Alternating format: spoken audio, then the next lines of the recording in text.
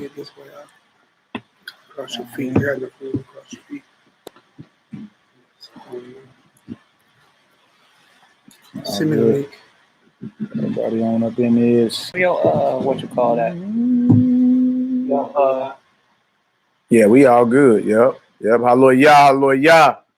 All praises, glory now to the Most High, on the creator and possessor of all things. Long live his anointed beloved Son, and heart and minds of the faithful elect. Shalom, family. Shalom. Shabbat shalom, actually. Thank the Most High for us coming together. Another one set apart. Weekly appointments called the Shabbat. So all praises, all glory, all honor. Let me go ahead and play my music while we sitting here getting ourselves ready. I'm gonna play my meditation music real quick. You dig? Can we be heard, family? Can we be heard? If we can be heard, give us 7 up in the chat. You said what? It's all good, man. All good. No. Well, what you call it? I don't know. I don't know, man. I don't know. You want this? I don't know what it deal is. I'm like, where you get that from anyway? That's y'all keep got that one. Okay, I'm gonna give y'all good. Y'all climb on up in here. Shalom, Shabbat shalom. All praises, glory now to the Most High, on the creator and possessor of all things. All right, shalom, Shabbat shalom. Sam Stanley, what up, Art? Tarsha Robinson, Demetrius Long. That's how you get now. I used to call you Venturous. Demetrius Long. Good chopping up with that brother the other night. I love y'all. Yanikasi, Shabbat shalom, shalom. Mina J. Shabbat shalom, my sister.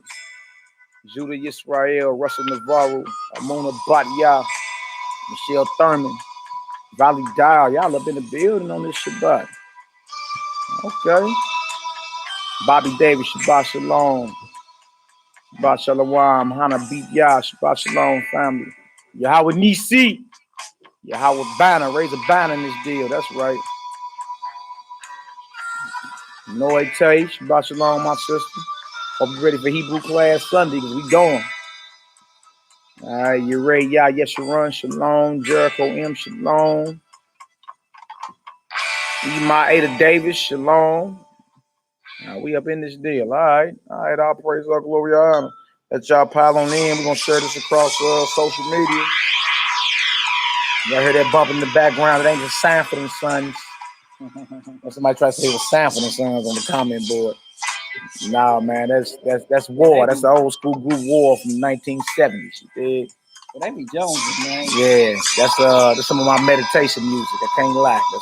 I bump this in the dark sometimes to sit here and this is called my 4-corner room. In fact, you can just share like, do your thing. Sure, you say you need the link. Share like shit. All praise. That's all I do. All praise. That's all. We live. Yeah, we live. That's all I do. How you share it? You go to the video and hit the top of that deal right there. Hit the screen. The arrow gonna come up. Click the arrow. Copy link. Bang. You go into where you gonna share it. Facebook. You know what I'm saying? What's that? YouTube, right? Yeah, Facebook. Yeah, you get it together. I get it together. I work it out, man. Yeah. I knew we met each other this morning for a reason. All good, man. We're gonna go over some more scriptures about Israelite strangers and heathens. And the whole mission is about gathering the lost tribes of Israel, man. You know what I'm saying? That's the order of everything. Gather them lost sheep, and then once we on top as a nation in full power, the remnants of other nations come and subject themselves to us. You feel me? For the law should go forth from Zion. That's the order of it. You feel me? So while we in captivity, we got every right to gather our people. That's what our job. That's what we supposed to do. And really, that's what Paul was going to, man. You read about the Gentiles and other people he was going to holler at and all that. I'm actually the Israelite. We just had an excellent chop session with a few brothers locally. You know what I'm saying? Right before we started. That's why we starting a little bit late. And you know, with some edification and understanding went out, man. Certain scriptures brothers read over before, never tripped off of, and then we hit it again. They was like, I see that, you know.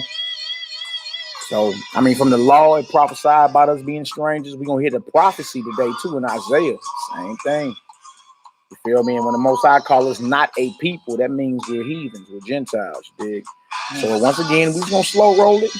And you're going to see the whole thing been about gathering the tribes first. You got to gather the tribes. And that's why it's a big campaign against unity right in this hour. Everybody wants to stay divided. But the nation must come together. We got to gather together. Money changers. You know what I'm saying? Money. So what? Money changers can keep their money. A lot of money changers want to keep their money, huh? Keep their shekels. Yeah, it's all good, man. So how y'all feeling today? Y'all praises. If we can be heard, throw a 9 up in the chat. Throw a 9 up in the chat. J Dub, can you grab me a water over there, bro? Right there in the air. Appreciate it. Me too, J Dub. Yeah. Told I Rebroadcast. All right, we can be heard. Big truck in the house, my brother. Shalom, big truck. Shalom, Israel. K Karima, I hope everything going good with you, she bro. All good. Is Poppy on her? Tell Poppy I said shalom.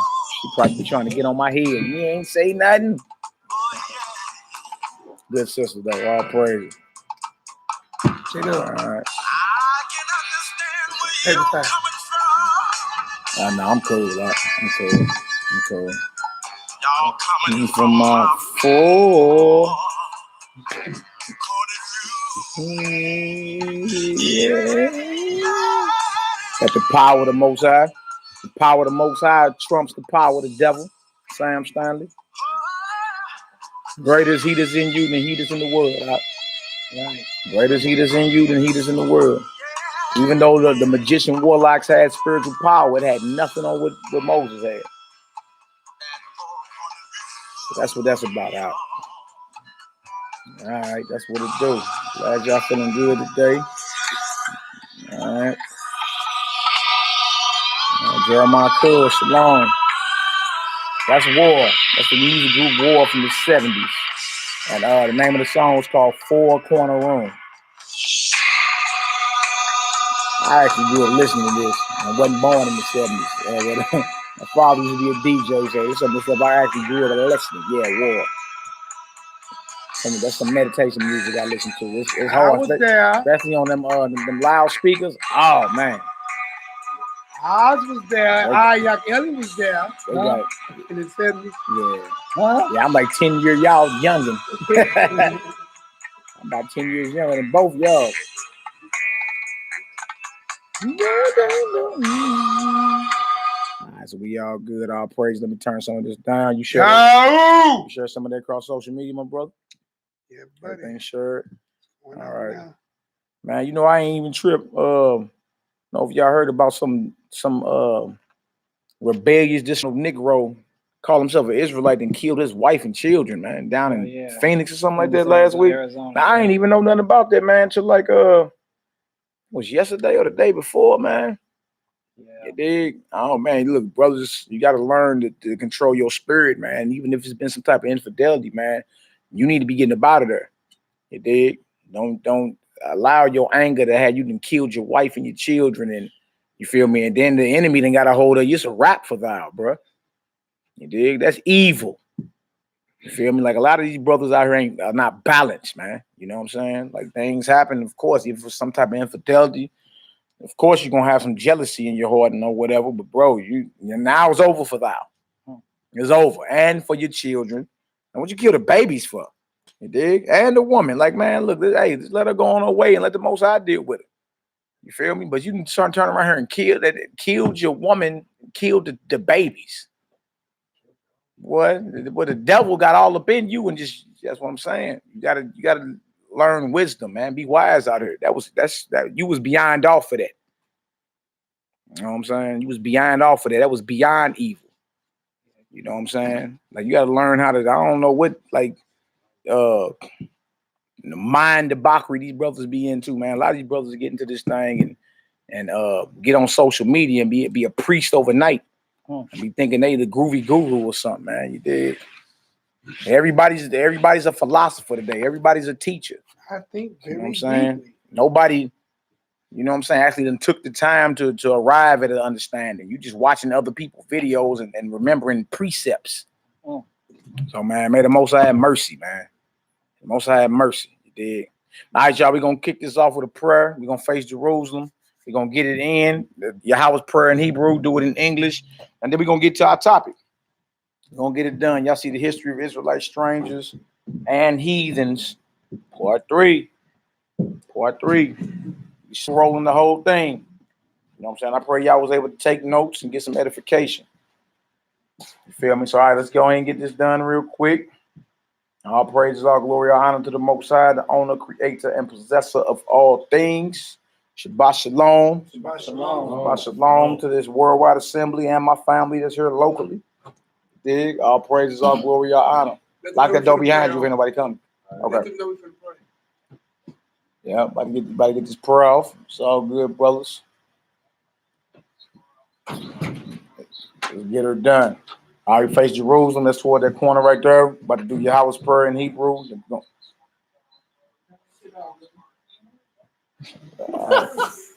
About to do Yahweh's prayer in Hebrew. Then we're going to do it in English. All right, y'all repeat after me.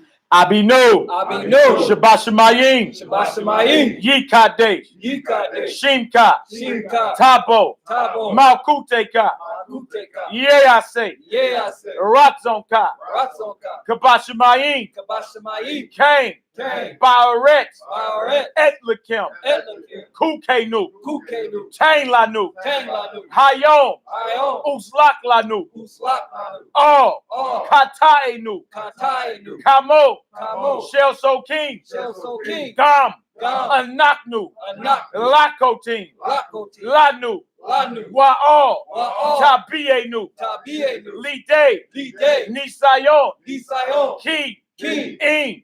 Kotzenu. Min Hara. Ki Laka. Hamam Laka. Wahabura. Wahati Faret. Laome. Olami. Amen. Hallelujah. Hallelujah. Praise the mighty God. That's right. We're going to do it in English. Y'all. Our Father, in heaven, holy is your name. May your kingdom come. And your will be done. On earth. As it is in heaven. Give us this day. Our daily bread. And forgive us. Our sins. As we also have forgiven those who sinned against us. And lead us not into temptation. But deliver us from the evil one. For yours is the kingdom. And the power. And the glory. Forever. And ever. Amen. Hallelujah. Praise the mighty Yah. Yahoo.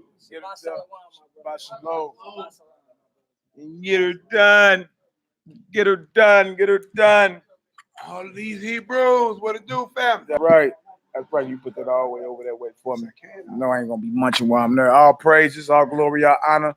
All right, y'all see the topic. We're gonna jump right into it and establish some more understanding, some more precepts. You dig? It's about gathering the 12 tribes. That's what it's about. Give me James 1:1 first. Give me James 1:1. James 1:1. All right. If y'all been following, we'll be going into the law on how Israel is considered strangers according to the law as well. Whether you're in a foreign land, considered a stranger, like Moses in Exodus 2:21 and 22. Whether you a brother that wax poor and you and your family have to live with your brethren, he have to strengthen you up. You living with him makes you a stranger. Or if you wasn't born in Israel, but came back to Israel and say you came for some high holy days or whatever, you will be considered a stranger. We've been going over all that. Today we're gonna show also how if you are like tribe hopping. So you don't even see that a lot in the scriptures, like different tribes getting with each other out of the nation of Israel. When we get into the book of Tobit, that was considered strange as well. And it also caused you to lose your inheritance. The daughters of Zehoshaphat, Numbers 36. And all this start making sense now. Like, oh, okay. Getting some New Testament scriptures. We got James 1 and 1, then we're gonna go to 1 Peter 1 and 1. And then the prophet Isaiah, he actually had a prophecy about the outcast of Israel, you know, them being Gentiles. And then once the 12 tribes are gathered and the children of Judah, and then we go lay hands on the Edomites and the Moabites. Well, if those Gentiles are Shabbat Shalom, Shabbat Shalom. Shabbat shalom. If those Edomites are actually, I mean, if those Gentiles with the outcasts of Israel, actually heathens or Gentiles, and who are these Edomites that's getting hands laid on them? You know, so it's a lot we're gonna be going into. You dig? Yeah, all that madness, interracial marriage, and all that madness. All right, so look, let's get into this. First, we're gonna do James 1 and 1 right out the gate. James 1 and 1. Just read that real quick. James. Rock a thought, brother. James 1 and 1. Uh-huh. James, a servant of Yah and of the Master Yahweh Shah HaMashiach. That's right. To the 12 tribes which are scattered abroad. To the 12 tribes which are what? Scattered abroad. Scattered abroad. You feel me? So those that are living outside of the land. Outside of the land of Israel. To the 12 tribes scattered abroad. Come on, out. Greeting. All right, let's go to 1 Peter 1 and 1. This is a scripture a lot of folks love to go to. You know, and try to say what's right here. Peter went to the, you know, to the lost tribes of the heathens. You know, but we got to really slow down. James just told you who he was writing to the 12 tribes scattered abroad. Right? Right after James, you got 1 Peter. All right. 1 Peter started for read. Give me 1 Peter 1 and 1. Got it. And just we're gonna read 1 Peter on down. I'll let you know where to stop. We're gonna read that, and then we're gonna get on down. We're gonna get on down to chapter 2 as well, because Paul writing this epistle, well, it's Peter, I mean, writing this epistle, he tilts his hand on who he's talking to. And it's gonna be beyond clear. It's gonna be beyond clear by the time we get done with it. All right. So we understand the 12 tribes were considered scattered abroad. Now we're dealing with Peter. 1 Peter 1, read 1 through 10. Then we're going to get into chapter 2. Peter, an apostle of Yahweh Shah HaMashiach. Yeah. To the strangers scattered throughout Pontus. Scattered throughout Pontus. Pontus. Okay. James just said the 12 tribes scattered abroad. Right? Now, Peter using the same word, scattered. Scattered meaning removed by force. You know what I'm saying? You don't live in the land. Right? Notice he said the strangers. If y'all watched part 1 and part 2, we went over easily how Israelites can be considered Gentiles or strangers, even according to the law, Leviticus 25 and 35. Right? The word there is Gor. You feel me? That's why Moses named his son Gershon. All right. To the strangers scattered where? Throughout Pontus. Galatia. Galatia. Wow. So we got a book of Galatians, don't we? Yes. Galatia. Go ahead. Cappadocia. Asia. And Bithynia. Elect according to the foreknowledge of Yah the Abba. I heard that. You say elect according to the foreknowledge of the Most High. Who is the elect? Give me Isaiah real quick. Give me Isaiah 45. Isaiah 45 and 4. Matter of fact, he can grab it while you stay there. Let Nehemiah grab it. Isaiah 45 and 4. Who's the elect according to the foreknowledge? All right. Isaiah 45 verse 4. Precept. Yeah. For Jacob, Yaakov, my servant. My servant. Go ahead. Sake. And Israel. Mine elect. Mine who? Elect. So who is Peter talking to? Who is the elect of Yahweh according to his foreknowledge? Jacob, his servant's sake, and Israel, mine elect. Israel is the elect, who he chose or elected. Right? That shouldn't be that hard to understand. Somebody can argue and say, no, they ain't talking about them, but what precepts do they have to prove that? And it said for a foretime. Right? Would you say what? And it said for a foretime. Yeah, a foretime. Times past. Yeah, yeah. And if you're scattered in the land, that means you're not the inhabitant of the land. Right, you're not indigenous to it. Y'all see, that should be easy to understand. If y'all understand the elect of the Most High or the children of Israel, go ahead and throw a 7 up in the chat. And the Most High bless you, Eliyahu Gabor Yisrael. Y'all prayers and y'all prayers and y'all support helps us. That's right. It helps us keep this thing going, what we got going. The Most High blessed us, you dig? So, may the Most High bless y'all. All right, so the elect, according to the Bible, y'all, is the children of Israel. That's a precept. And anybody can get emotional and say that don't mean that, but it actually does, according to Scripture. All right, let's go back to 1 Peter chapter 1. And First- that Oh, you guys say what you guys say? I'm saying that their definition says one who comes is G3927. G3927. One who comes from a foreign country into a city or land to reside there by the side of the natives. Wow. So, strangers scattered throughout. So okay. Why? Because they're strange to them lands. You know what I'm saying? Strange to them lands. Right? Just like if we went over to Israel today, we would be strangers. That St. Louis stuff don't fly in Jerusalem. What you, Right. you think you're gonna be able to kick off and do whatever you want to do? You know what I'm saying? All right? It's just what it is. May the Most High bless your hand, Jehu M. All right, come on. 1 Peter 1. Verse 2. Excellent definition. Elect according to the foreknowledge of Yah the Abba, through sanctification of the Spirit unto obedience and sprinkling of the blood of Yahweh Shah HaMashiach. Grace unto you and peace be multiplied. So you see, he's writing to a specific group of people. He ain't writing to everybody. You see?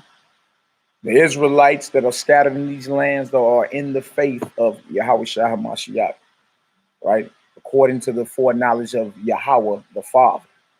All right, now you got a definition you just pulled up too. What was that foreknowledge? Foreknowledge. G4268. Yeah. It says foreknowledge, forethought, prearrangement. A prearrangement.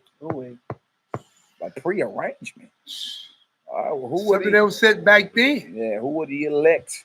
Who were the prearrangements according to the Most High? If anybody read that Matthew 1 and read that Luke account, right? Christ said, I didn't come to save the world from their sins. I came to save my people from their sins. Who is his people? Israel. You can't get around it, huh? Yeah, the whole thing been about gathering the lost sheep, period. That's the whole mission. Like Paul's mission didn't change just because he just felt like it. No, it wasn't no change mission. It was the same. He was woke up by Yahushua, going to the lost sheep, right? And you're gonna have to go into these other nations. Why? Because that's where your brethren said. To the 12 tribes scattered abroad. They scattered abroad in all these other nations and took on all these different customs. And also there among them are those of the circumcision, because there's synagogues everywhere. You did? So when Paul and them will get there, and brethren, y'all got something to say, they'll get up on the Sabbath day and they'll confess Yahushua out of the Torah and the prophets. Right? Some of the circumcision didn't believe, some did. Right? Then you got who they call Gentiles or Greeks, but these were Israelites. You feel me? That had been scattered into these lands right here. Right? So you already had the circumcision amongst them, gaining proselytes. You know what I'm saying? Converting them because, you know, they strangers and they took on Greek customs and all that. Here come Paul and them and Peter and them. You dig? Messing up their little plan. Like, look, the Messiah was crucified in Pontius Pilate. This is who we confessing. And a lot of times it caused an uproar. Right? And it made, and those men actually laid hands on these brothers, threw them in jail. You feel me? And Messiah warned them, like, look, you're going to be brought before kings and governors. Look, they going to kill you. They going to think they're doing the right thing. Right? That's why you think that Stephen was saying, you know, Yahweh don't lay their sin to their charge. Why he getting stoned? Why you think Yahweh Shah was saying, Father, forgive them? They don't know what they're doing. We got to be the same way with our people, man. If they don't know, and you know what I'm saying? And we can be so quick to condemn without, nigga, you ain't in the truth. You don't follow, nigga, you damn. Right? But if somebody did that, Paul would have never woke up. You see that? This is what it is, man. Right? There are still some under the mindset, the Pharisee mindset, that the Messiah can wake up and use. And that's even into this very day. Our job is to go teach and preach. You feel me? And even if they get at us physically, we are not, you understand, to repay evil for evil. They had to lay their life on the line for it, man. Paul got stoned. He ain't come back and retaliate on them Pharisee circumcised Jews.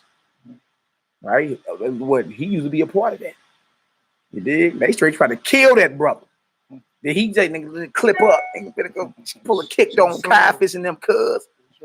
Nah, he ain't do none of that. You dig? And that's part of this walk, y'all. People gonna be trying to get at us behind this. But we gotta be solid. You feel me? We gotta be like just like Stephen and just like Yahushua when they facing execution. Father, forgive them. He warned us it was happening. We can't repay evil for evil. You dig? It's just what it is, man. Go ahead, right? Yeah, it is.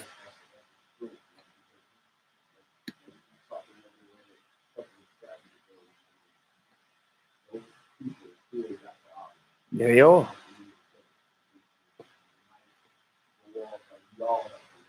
Yeah. Mm-hmm.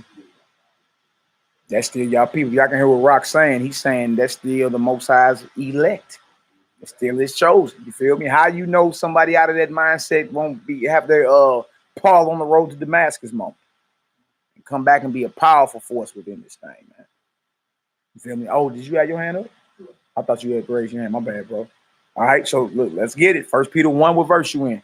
Verse 3. Yeah. Blessed be the Most High and Abba of our Master, Yahushua HaMashiach. Right, come on. Abba means father, y'all. Come on. Which according to his abundant mercy have begotten us again. Hold on, us or who? Have begotten us again. Hold on, this is Peter. Peter is an Israelite, right? Right. Begotten us again? Hold on. We ran over that word reading this. What does he mean, begotten us again? And he's writing this letter to all these quote unquote strangers in all these different lands, right? But he's concluding himself in this, us again. Come on, let's get it. Unto a lively hope by the resurrection of Yahushua HaMashiach from the dead. That's right. Come on. To an inheritance incorruptible and undefiled, and that faded not away, reserved in heaven for you. For you, right? Because the kingdom of heaven will be here on this earth, right? Right? And that's our inheritance incorruptible that fadeth not away. You read Isaiah, the 9th chapter, that's a never-ending, forever expanding kingdom. Expanding. Yeah, forever expanding. Conquer the entire globe behind it. Yeah. All right, come on, Knock, let's get it. Verse 5. Who are kept by the power of Yah through faith unto salvation, ready to be revealed in the last time. Powerful. Come on. Wherein ye greatly rejoice, though now for a season, if need be, ye are in heaviness through manifold temptation. No doubt. You're going into now, you came into the faith and understanding of this truth, who the Messiah is. Now your trials, your temptations you're going through. Everybody got to go through that. Right. You feel me? Now he just warning them and letting it be known, like, look, you're going to go through them fiery trials.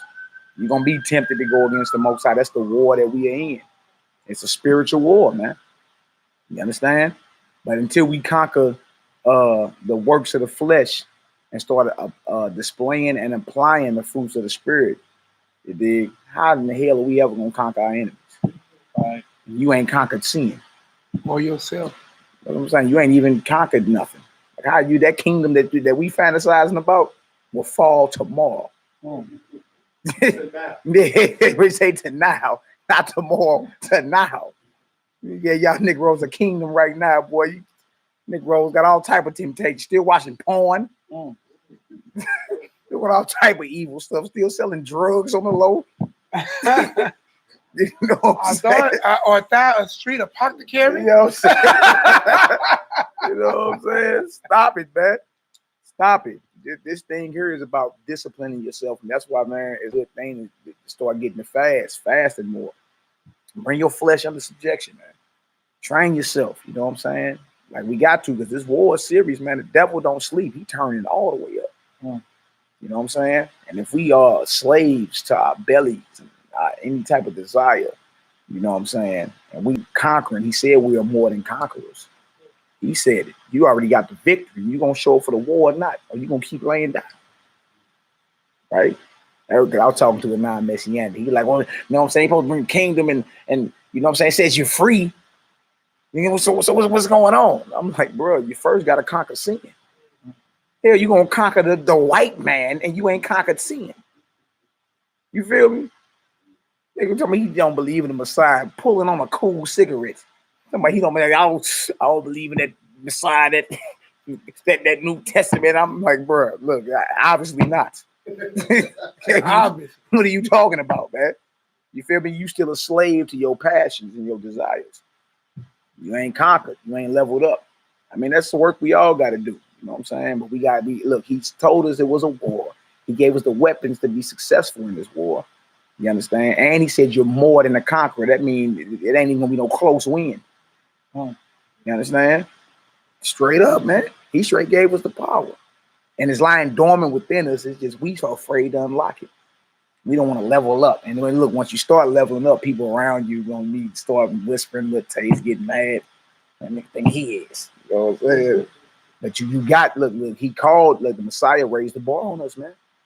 Like, we got an inheritance that's incorruptible, that never fadeth away, reserved, meaning it's waiting on us. Yeah. You feel me? Like, bro, we got to carry ourselves better. We just got to, man.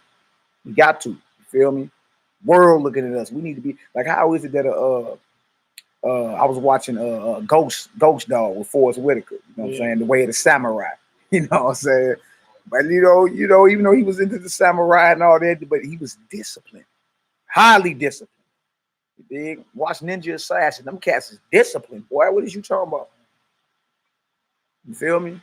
That's how we got to be in the spirit with we talking about harnessing the most powerful power in existence through his spirit. You understand? And it's lying dormant within us. All we got to do is activate it, man. You feel me? We got brothers scared to pray, scared to fast, meditate.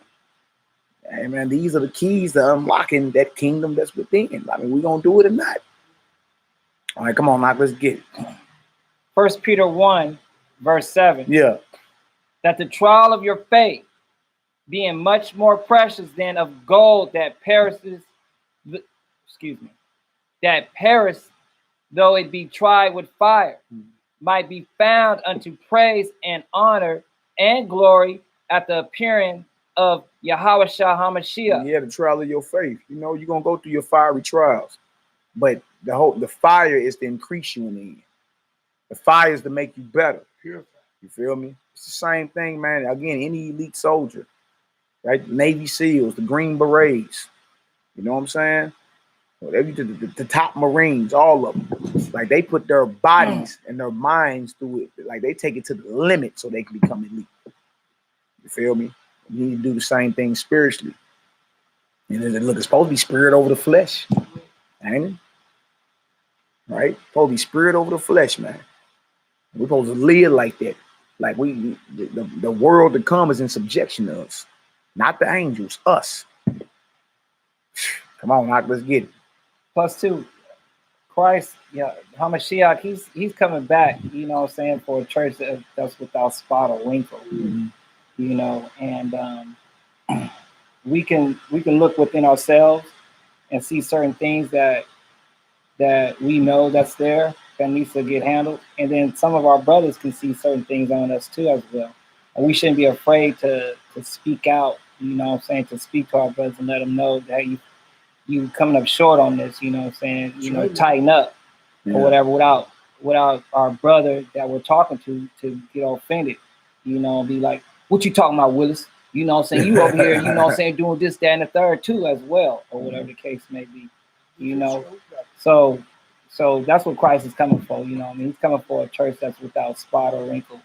And it's true, you know what I'm saying? We do have to level up all of it. Yeah. You know, and not be boastful with it, you know what I'm saying? But, you know, but also, you know what I'm saying, encourage each other, you know what I'm saying, to level up, you know what I'm saying? Come on. No doubt. I mean, it don't feel good getting out your comfort zone. You know what I'm saying? But hey, it's not meant to feel good. That's the point. You think persecution and tribulation feel good? None of that feel good. Paul got stoned. You think that felt good? No, man. It's not gonna feel good. That's the whole point. So you can be beyond elite when this thing is over. So you can bring forth your full spiritual potential, man. That's what it's about. So we here to challenge you. Level up. You feel me? You may get rubbed the wrong way. You be all right. It's all good out. Right? I don't want to see you weak out here. You know what I'm saying? Man, it was off. I don't want to see you weak out here. You can do way better than that. So come on. All right, come on, let's get it. 1 Peter 1, verse 8. Yeah. Whom having not seen, ye love. That's right. In whom, though now ye see him not, yet believing, ye rejoice with joy unspeakable and full of glory. Come on. Receiving the end of your faith, even the salvation of your souls. That's the end game of going through your fiery trial. Let's get it. Of which salvation the prophets have inquired and searched diligently, who prophesied of the grace that should come unto you. That's right. All right, so look, this is Peter's epistle to all these different spots, to these Israelite strangers, right? We looked up elect according to the foreknowledge. You understand? We read James 1 to the 12 tribes scattered abroad. 1 Peter, the book right after James, to the strangers scattered. You look at the definition of strangers and all that, right? So keep in mind, right, he's still talking to the same group of people. Just because we switch chapters don't mean he ain't talking to the same group of people. All right, chapter 2, starting chapter 2. All right, 1 Peter 2, let's read 1 through 12. 1 Peter 2. You got it? Yeah. 1 through 12. All right, give me a Yahoo when y'all get there. That's back, Bonnie. All praises, glory, now to the Most High. All praise. 1 Peter 2, we're going to read 1 through 12. Me and Jay quick on the draw. Yahoo. That's right, me and Jay. Where she at? She must be around here. Me and Jay, a household celebrity around St. Louis. Where she at? All right, Yahoo's up in there. Okay, so 1 Peter 2. Let's get into it. Let's see. I'm reading the head, boy. Look at that. Look see. at the head. Let's see if he's talking about Europeans, because I mean that's everybody's mindset. When you read about Ephesians and Galatians and all that, in your mind, you never think Bruce Lee. And that's how you know it's a psychological, because if Gentile mean more than just a white man, why do you only think white man? Oh, I had the when you read today. Even the Israelites who Esau, they always bring yeah. That's the Gentile. It's the precognitive preset. Yeah. That's so deep in you, it's in your subconscious. So you don't think Arab when this shit happens. Right. If we being truthful, what I said. All right. You don't think Idi Amin, Manute Bol? You don't think Nelson Mandela? You don't think Akon and Ethiopians and none of it. You think the white man when you read Gentile, you do. And your following words is, what about them? That's the truth.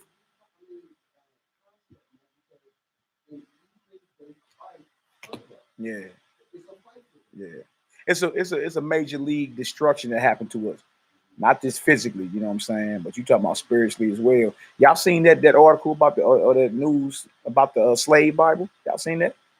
About the slave Bible, where it removed close to 800 chapters. I don't think that's plugged up. I don't think it's plugged up. Yeah, dang, it sure ain't. Is y'all here? Nah, he ain't burning out. But it's all good. What we need to do is just whatever y'all say in the crowd, we need to just repeat. Talk good loud. Yeah, y'all can talk good and loud, or y'all can come up to the table and say it around the mic, or we can just repeat it.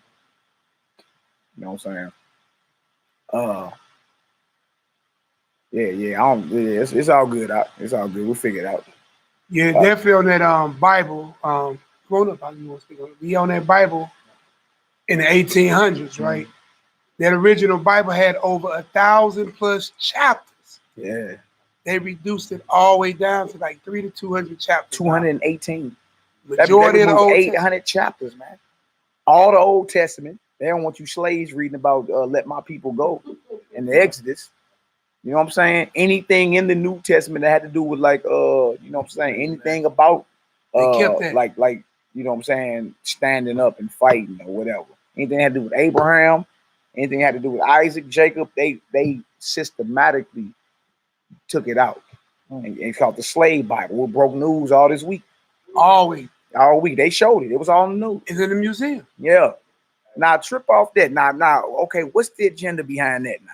That's why they took the 1611. They took the Apocrypha out of there right before they 'Cause they abolished revolted. slavery. Right before it was like 1860 something. They took it right out of there. Makes sense though. Very coincidental why they did it. Right. Makes Right. sense. Yeah, it make a lot of sense. That's wild, man. You feel me? Though it's The so Apocrypha been in the Bible longer than it's been out. right. Exactly. Exactly. Yeah. AT all praise. All And right. then look, man, y'all gotta check this out too. Your enemy is wicked and wise. He knew that your spirit is naturally in vibrational tunes with that Bible. Mm-hmm. You know what I'm saying? So to give you a piece of your history back, even though you didn't know it, you think you're getting something new, you was getting something old. The Bible's black history. And your body is in tune with it. That's why you connect to it. You see what I'm saying? But the whole thing is they took out the important parts about your redemption Yeah. and about their end. They knew they couldn't take all of it away from you. Yeah. And that's why you grabbed to it and you obeyed it. It was your book. You see what I'm saying? Just something to think about. Real talk. You Wow. connected to the words and the spirit and the Elohim or the Ruach HaKodesh in this book. Real You're talk. connected to it. That's right. Right. And that right there will unlock something. It will reactivate something that's been lying Ooh, dormant I like within that. you. Reactivate. Yeah, the kingdom of heaven is lying within you, man. You feel me? All right, let's get it. And that's why Israelites are waking up in these last days on that. I'm talking about it's spreading like a virus. Like Major League, you feel me? Something they can't stop. Now, you can think this is something cute, you feel me? Or it's prophecy, Valley of the Dry Bones. Make it back up. It's either cute or a fad, or this is the Valley of the Dry Bones happening right before your eyes, and an exceeding great army is about to stand up on their feet, united. All right. Look at these brothers out here, man. Every brother in this assembly that I know has a story. But every man in this assembly that I can see has reconnected himself back to his origins and his culture. Mm-hmm. And every man in here will stand up and die for it. And that's what I believe based off being around y'all a long time. Yeah. The most important part, this has healed us in such a way, each of us as men have returned back home or is at home with our wives, our children, in tune with our brothers and our community.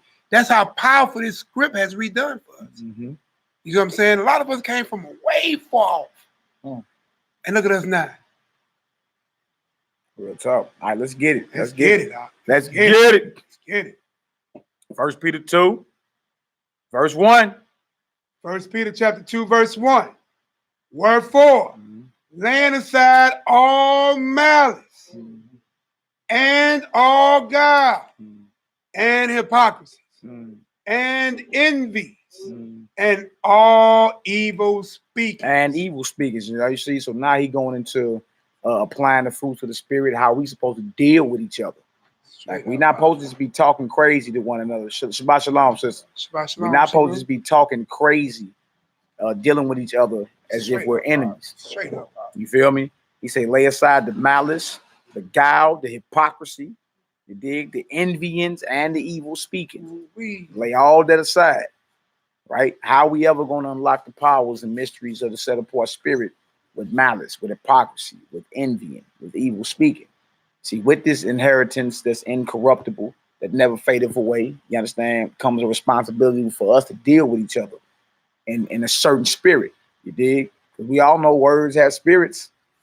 You know, certain things that get said, and boy, nostrils will get to flaring up around this dick. You know what I'm saying? So he let it be known, like, if you want to deal, you know what I'm saying? You want parts of this incorruptible inheritance, you got to lay aside all this evil, right? That matter of fact, the ways of the world that we learn from being in the world, as strangers scattered in Pontus, Galatia, Bithynia, Cappadocia, Rome, America, St. Louis, Ferguson, Jennings, East St. Louis. You know what I'm saying? New York, California, all over, man. Right? Actually, we think that's our culture and that's hip, but that's actually the ways of the world. You learned that. You didn't learn that from the Most High. You learned that from the world. All right, come on, Doc. Let's get it. Verse 2, very important. As newborn babes, desire the sincere milk of the word, that ye may grow thereby. Yeah, get back to the basics, right? Basics is what's needed for salvation, right? You can be as high as the stratosphere or as deep as the ocean, but if you ain't got, you know what I'm saying, the basics, you done missed the mark. Yeah. Yeah. You can be as deep, because brothers be all over the place, you know. You dig? When it come down to basics, like brotherhood, how to treat your brethren, how you treat your wife, how you treat your children. You know what I'm saying? How you honor your father and your mother. All right, Sister Shabbat Shalom. The Lord bless you. She Brew told everybody. You dig? All that. You see? The basics. So as newborn babes, desire the sincere milk of the word. Right? So you mean tell me Peter's talking to Scandinavians? Like who are you talking to? You talking to the Vikings? Those from Sweden? Norway? Follows of Thor and Odin. Yeah, come on, man. Or is he talking to them 12 tribes scattered abroad? Like James said in James 1:1. All right. Come on, Knock, let's get it. Notice he said again in that chapter 1. Again. Us again. And including himself. Peter wasn't from none of them spots. All right, go ahead, Knock, let's get it. 1 Peter 2:3. If so, be ye have tasted that the Lord is gracious. Now, that's a boy there. Boy, if so be ye have tasted that the Lord is gracious. Oh, that's a bar. Go ahead, Doc. To whom coming, as into a living stone, disallowed indeed of men, but chosen of Yahweh and precious. To the living stone, huh? Lively stones. All right, go ahead, Doc. Ye also, as lively stones, are built up a spiritual house. And holy priesthood. Hold on, a what? A holy priesthood. This is starting to sound familiar. A spiritual house, a holy priesthood. Come on. To offer up spiritual sacrifices, acceptable to Yahweh by Yeshua HaMashiach. By Yahweh Shah the Messiah. You feel me? So we as lively stones are built up as a spiritual house and a holy priesthood. Spiritual right? Who is he talking to? Right, that's the question, right? Because the title is Israelite Strangers, History of Israelite Strangers and Heathens. Like, who he talking to? He talking as if he's talking, you feel me, to Israelites. All right, go ahead, Doc. Verse 6. Wherefore, also it is contained in the scriptures. Bomb. Behold, I lay in Zion a chief. I lay in who? Zion. Zion, right? Now, Zion is a place and it's also a people. Both. That inhabit the place. Facts. So I lay in Zion a what? A chief cornerstone. A chief cornerstone. Come on. Elect.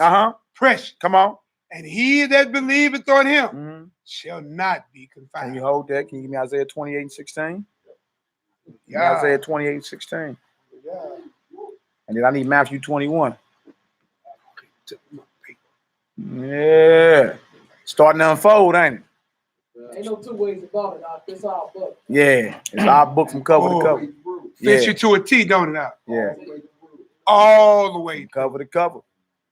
There's a reason why the names on the gates are the names of the 12 tribes of Israel. That's a reason. It's a reason for that. Right? You are precious in the eyes of the Most High, man. That alone, though, shows you something. And that's the end game. Name on the gates of heaven. Man, Revelation 21:12. Yeah. Yeah. And he said that what he say? He said it's an inheritance that's incorruptible. And then we read about the incorruptible inheritance and your name's on it. Come on, man. And even in this world, you don't give your inheritance away like that. Now I can't come through the gates. There's a court. Yeah. Hey, you ain't walking up to no Gentile with no inheritance until I'm walking in with you. I don't know you, niggas. That was how the temple was in Solomon's time. Only the other nations can come up to it. I was saying speak up a little loud. Oh, okay. In Solomon's time when he was king, that the other nations only come up to the court. To the outer court? Yeah. which is at the foot of the temple. It's just coming back to them. Yeah, that's what's coming back. And Ain't no change. And it's about the gathering of the 12 tribes before any of that can happen. Before the Gentile can come up, the 12 tribes must be risen back up. The breaches must be restored, and we will be set back as a power in this earth, man. Yeah, I mean, not even just the heathens, man. A lot of our people scared of it. That's why they like, a lot of people are against that. But yeah.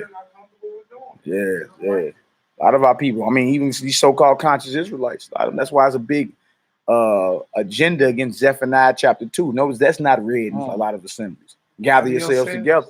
Like how is the tabernacle of David ever going to be restored and raised back up and you not gathering together?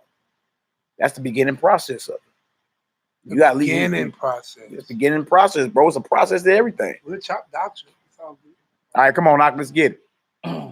Isaiah 28. Yep. Verse 16. Uh-huh. Therefore, thus saith the Most High, Elohim, behold, I lay in Zion for a foundation, a stone, a tried stone, a precious cornerstone, a sure foundation. He that believeth shall not make haste. You know what? Jump back up for me on that. Go back to verse 14. I believe it is. Go back to 14. Hey, I got one too. Read 14 through 17 for me. Come on. Isaiah chapter 28, verse 14.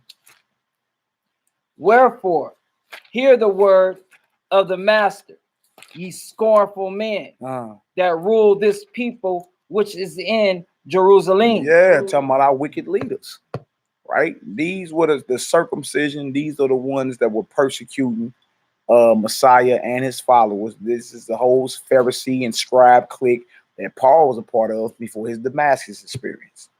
He's part of the same. And sometimes when you read Jew in the New Testament, that's who it's talking about. They ain't even talking about all the Jews. They ain't even talking about the land of Judah. It's talking about, sometimes it's talking about a specific group out of them, which persecuted the scornful men that was ruling in Jerusalem. The leaders. The leaders, you understand? And they were mad because Messiah basically gave that authority that they had to Peter and them. No, he said, upon this foundation, I'm going to build my what? My church. There you go. That means Peter and them are the leaders, and Caiaphas, the high priest, ain't. Yeah. Just like how the Most High took away Saul's kingship and gave it to David. That's what he did. And then remember, Saul was trying to kill David, you know what I'm saying, and whatnot. What was you about to say, bro? I had one. It was Acts 4:11 and 12. Go ahead, bro. It say, this is the stone which is set at naught of you builders, which has become the head of the corner. Yeah. Neither is there salvation in any other, for there is none other name under heaven given among men whereby ye must be saved. Yeah, that's Peter and them in court. Because they just had healed a man in Acts 3. Right? And the very people that put Yahushua to death locked them up and brought them before the council. You understand? And they boldly proclaimed Messiah. You dig? This is the stone that has been rejected by you builders. Y'all the leaders, and y'all rejected him. So why is Peter talking about this? You dig? And this is prophesied about in Isaiah 28. It's about the removing of the wicked leaders of Israel. Yeah, come on, Knock, let's get it. Isaiah 28, verse 15. Because ye have said, we have made a covenant with death, and with hell are we at agreement. When the overflowing scourge shall pass through, it shall not come unto us. For we have made lies our refuge, and under falsehood have we hid ourselves. Therefore, thus saith the Most High, behold, I lay in Zion for a foundation, a stone, a tried stone, a precious cornerstone, a sure foundation. He that believeth shall not make haste. Judgment also will I lay to the line, and righteousness to the plummet, and the hail shall sweep away the refuge of lies, and water shall overflow the hiding place. Yeah, so it's prophecies of the Messiah, you understand? And how you gonna build, right, without a proper foundational stone? Right. You understand? He's the cornerstone or the foundation that everything must be built off of. So how are you building anything and you ain't got a foundation? What's gonna happen? It'll tumble and Yeah, it's fall. gonna fall. You did. You actually ain't got no building. Feel me? So let's get back to this First Peter 2. Verse 7. Yeah, 1 Peter 2, read 6 again. Going back to 6. Because if he's talking to Ned Flanders and them, then why is he saying, "Behold, I lay in Zion"? Yeah, come on, Doc, let's get it. Wherefore also it is contained in the scriptures. Mm-hmm. So we just read when the Bible and the New Testament refers to the scriptures, it's referring to the Old Testament. Yeah, come on. All right.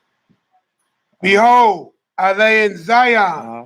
a chief cornerstone, Yeah, elect, come on. precious, Mm-hmm. and he that believeth on him shall not be confounded. Shall not be confounded. Speaking of Messiah, right? Go ahead.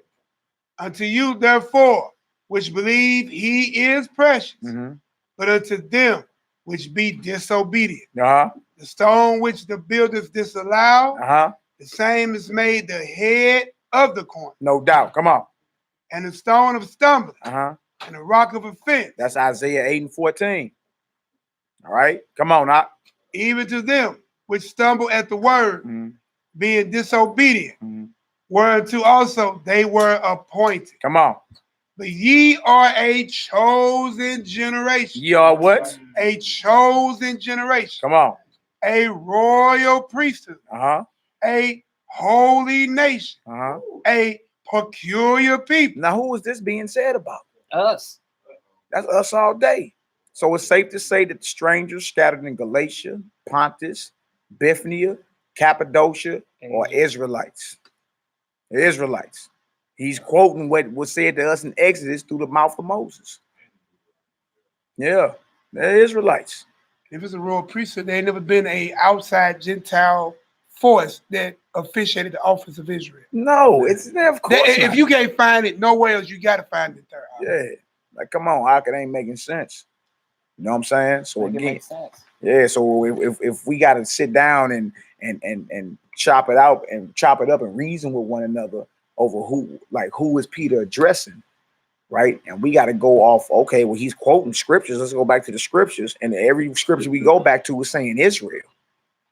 Then we have to come to the conclusion that the Gentiles written of in Corinth, Galatia, Romans, Acts, Ephesus or Ephesians, Thessalonica, the book of Thessalonians, all of them are talking about scattered Israel.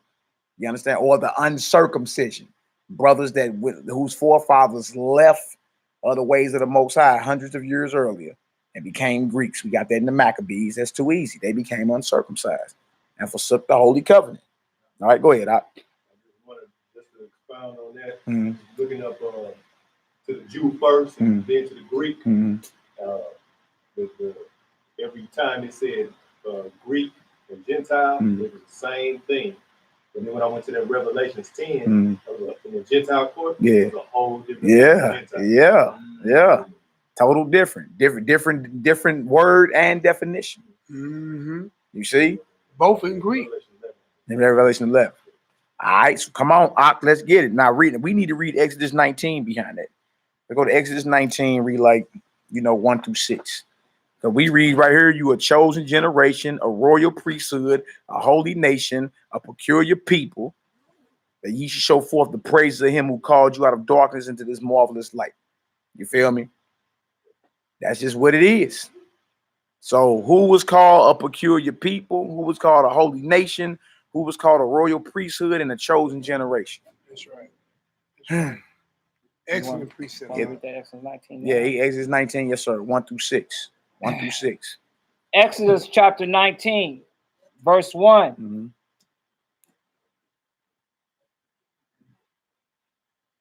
In the 3rd month, when the children of Israel were gone forth out of the land of Mizraim, the same day came they into the wilderness of Sinai. Yeah. For they were departed from Rephidim and were come to the desert of Sinai and had pitched in the wilderness. And there Israel camped before the mount. And Moshe went up unto the Most High, and the Master called unto him out of the mountain, saying, Thus shalt thou say to the house of Jacob, and tell the children of Israel. This is what you say to the house of Jacob and say to the children of Israel. What's supposed to be said? Come on. Ye have seen what I did unto the Egyptians. Your enemies. You seen what I did to your enemies? Come on. And how I bear you on eagle's wings. And brought you unto myself. Now therefore, if ye will obey my voice indeed, and keep my covenant. It's conditional, right? We have to obey his voice and keep his covenant. That's what he called us to do. Us not doing that got us called not his people or Gentiles, right? Us doing it and repenting, coming back to the Most High through the Messiah. There's no other way back to him. You understand? There's no other way into what's called the new covenant but through him, right? Now we can be called his people again. We can be called the sons and daughters of the living power, right? The way the Most High set it up is just so poetic, man. You just like, oh, that was tight.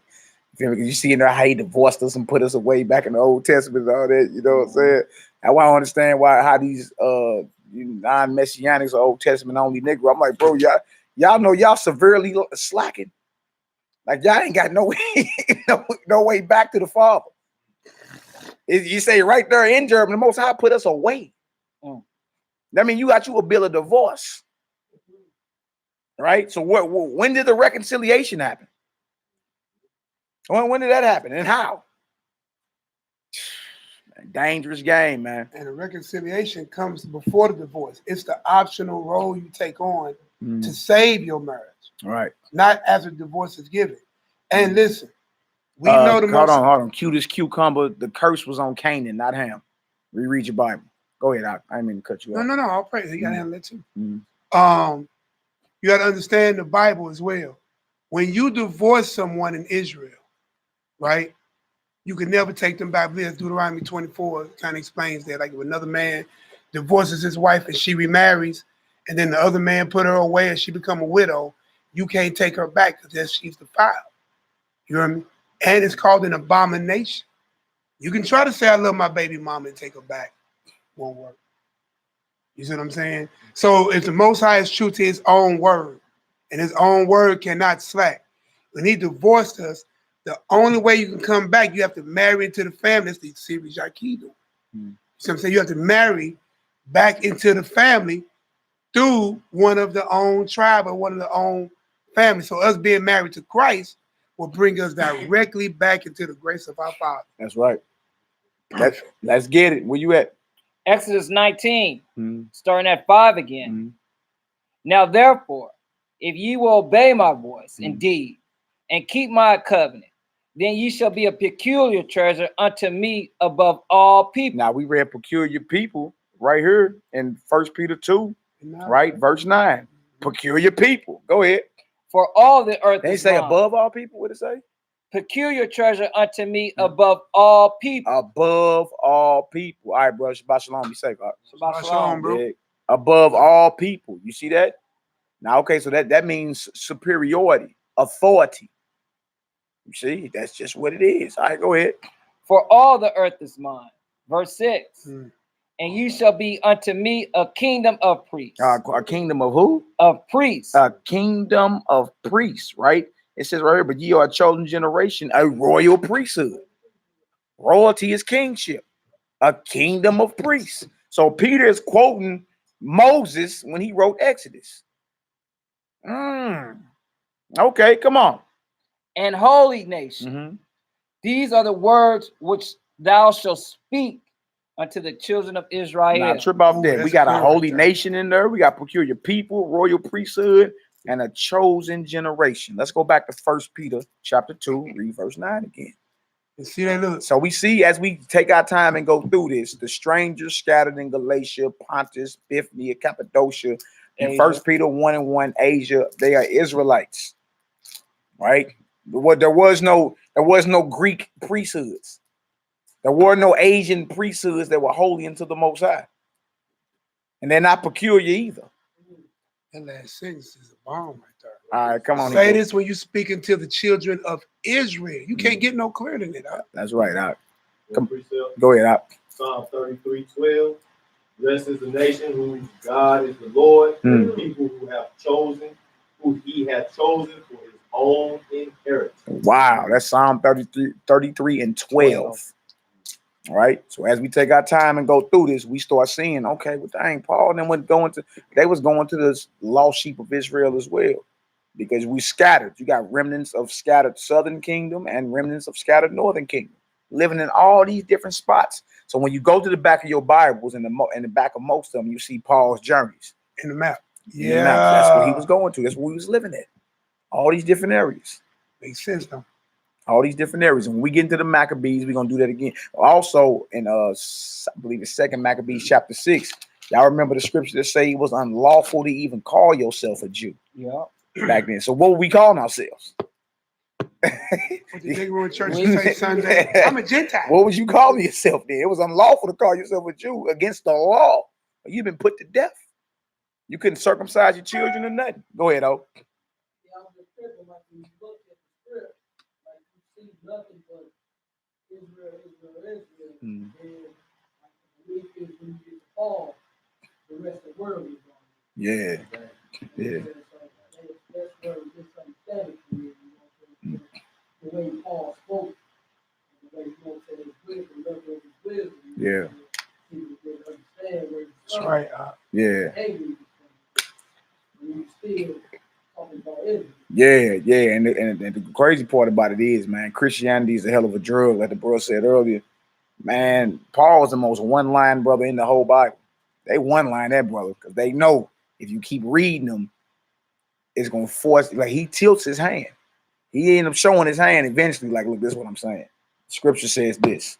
You feel me? It's quoted over here in Hosea. It's quoted over here in Isaiah. Right, and that's gonna make you go over there and look, and then you're gonna be at the crossroads. Is he talking about Caligula Caesar? Caligula.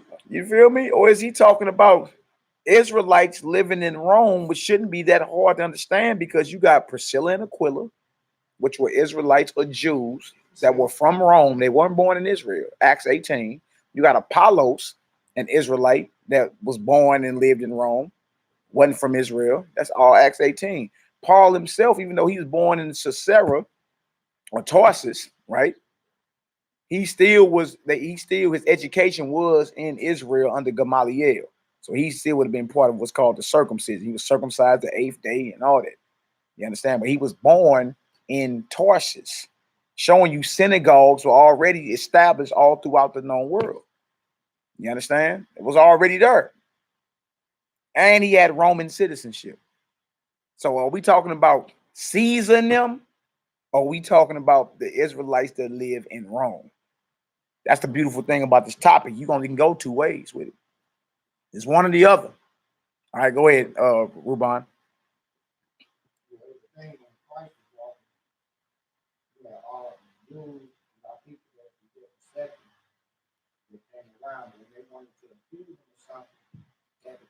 Outside of the court to go amongst families. Like, look, I don't even have nothing to charge you with. Pilot. Yeah, Pilot. Yeah. Like, I don't even have nothing to charge you with. On the strength that it was different. It was different from where we were at and them and they people. Yeah. Right.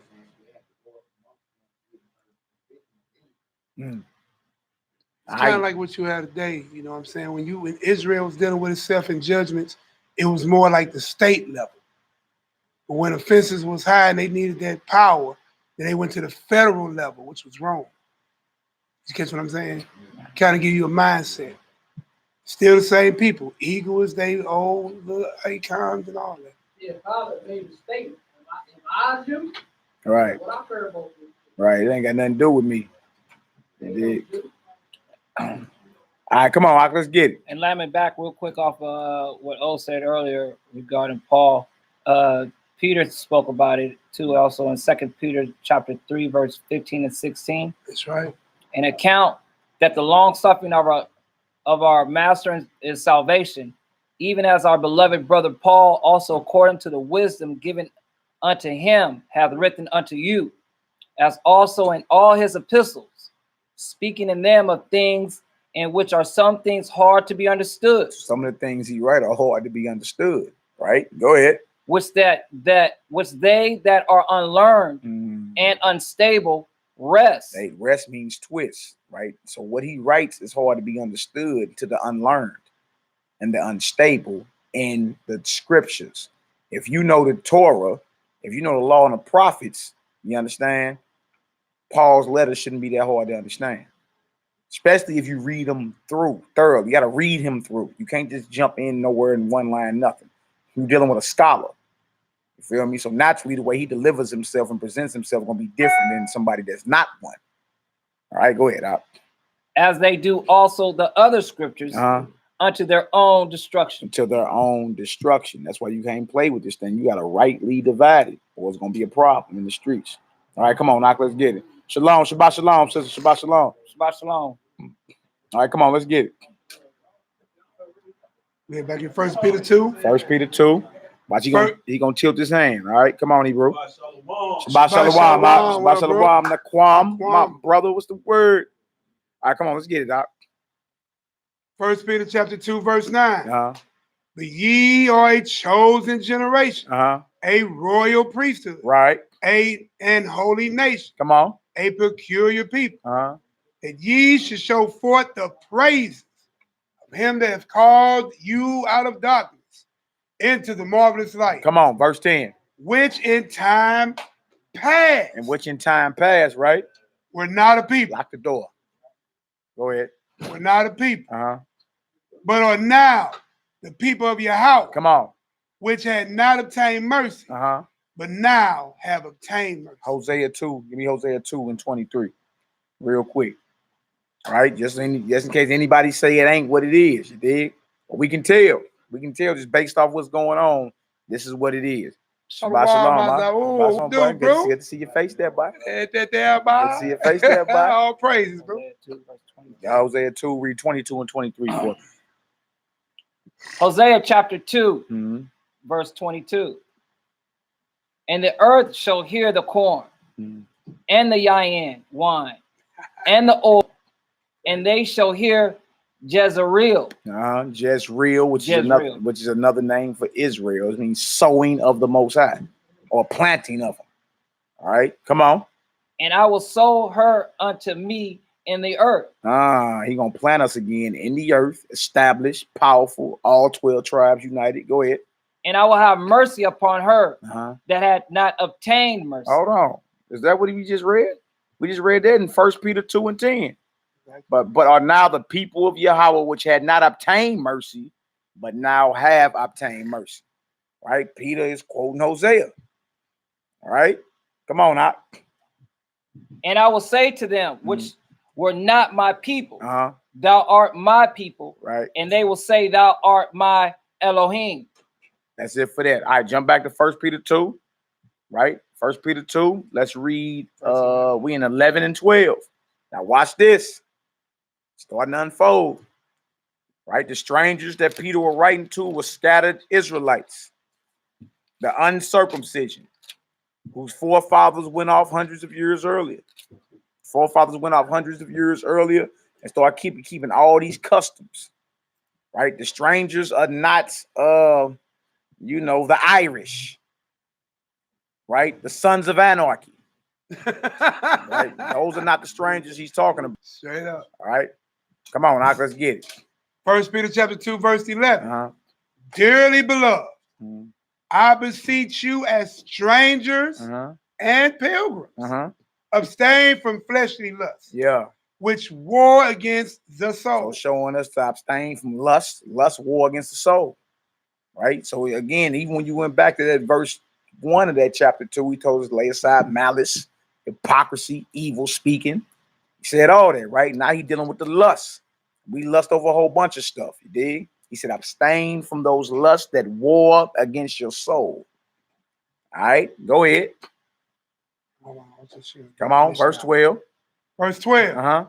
Having your conversation honest among the Gentiles. Among who? The Gentiles. Oh, man, that's the bomb right there. He just tilted his hand, right? I thought he was talking about, you know, Gentile. just regular old, you know, Europeans. Like we were talking about earlier, right, Zeke? But he just tilted his hand and said, having your conversation honest among the Gentiles. Now, why is he saying that?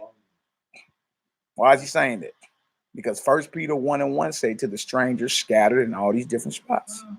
You're living among Gentiles. So having your conversation, you Israelites that believe in Messiah now, honest among the Gentiles. Wow. Houston, we have a problem. We got a problem. And y'all know Galatia is one of them spots. So that means the book of Galatians was written to who? Israel and Galatia. Oh, Israelites in Galatia that believed in the Mashiach, man. Yeah. Go ahead, finish that off, Ak. Read that verse 12 again. Yeah. Having your conversation honest among the Gentiles, that whereas they speak against you as evildoers, they may be your good works. They may buy your good works, which they shall behold. Glorify Yahweh in the day of visitation. All right, drop that. Just give me 1 Maccabees real quick. 1 Maccabees 1:11-15. The process of us becoming uncircumcised. And then chapter 1, verse 11-15. We also need 2 Maccabees 6:3-6, I think it is. Yeah. Yeah, let's bring it all out, man. I'll go to 2 Maccabees. We want that 3. Let's bring it on out. Let's bring it on out. Notice they called them strangers and pilgrims, like Tuvaya said. Strangers and pilgrims. Wow. So Israelites can be considered strangers in the Bible? Right. Or Gentiles?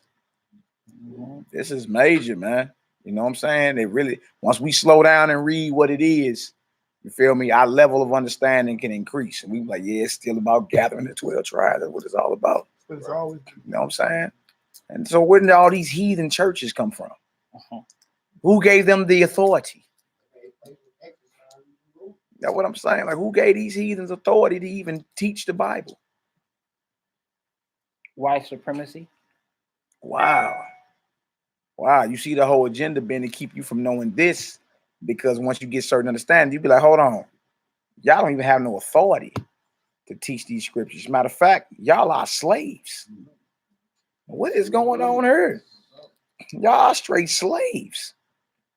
And y'all teaching us the Bible. Again, they came out with the slave Bible this week. That's why this lesson is powerful. Y'all see that slave Bible they just revealed? But over 800 chapters missing. They used to read to the slaves knowing anything about Exodus, anything about Moses, let my people go. And he mentioned to Abraham, all of it. They got to end. Go ahead, Giddy, break it off. It started a revolt. Yeah. The Bible got over 1,000 chapters. Yeah. A lot of slaves go to revolting. The slaves that had read the scripture. Yeah. So they had got understanding of scripture. Nat Turner, Denmark Vesey. Yeah. Real talk. Yeah, they came. It's in a museum, man. They called it the Slave Bible. It was all over the news this week. It did. And they had over 800 chapters missing. Yeah. Matter of fact, Gaza City Giddy sent it out earlier. Then Nehemiah sent it out too. Giddy had sent it out early. Like, man, you see this? I'm like, what? Dang. You dig? That's crazy. Hey, Giddy, if you want to text it to me, I'll send it out real quick again. Like, if you just want to text it to me, and I'll forward it out real quick. All right, 1 Maccabees 1. Let's read 11-15. All right. Verse 11. In those days went there out of Israel wicked men who persuaded many, saying, let us go and make a covenant with the heathen that are round about us. Right. So this is wicked for us to forsake the covenant of the Most High and make a covenant with heathens round about us. That's evil and that's wicked. Right. Notice say out of Israel. All right, go ahead. For since we departed from them, we had so much sorrow. Yeah. Verse 12. So this device pleased them well. Then certain of the people were so forward herein that they went to the king who gave them license to do after the ordinances of the heathen. Gave them permission. Oh, y'all want to become us? Y'all want to become Greeks? That's what y'all want to do? Oh, yeah, go ahead. Go ahead. Us becoming them and acting like them and worshiping like them, we lose our power. You want to see your enemy fall? Stop doing what he's doing. Oh. And be holy for a chance in your life. You know what I'm saying? Be set apart. He'll fall. Go ahead, oh. Same as Chris Hall got permission to start his own sector base. I forgot about that. You sure right. He had to put in the application. Yeah, he had to put an application. Yep, to this very day. All right. Shabbat shalom, bye. All right, come on, let's get it.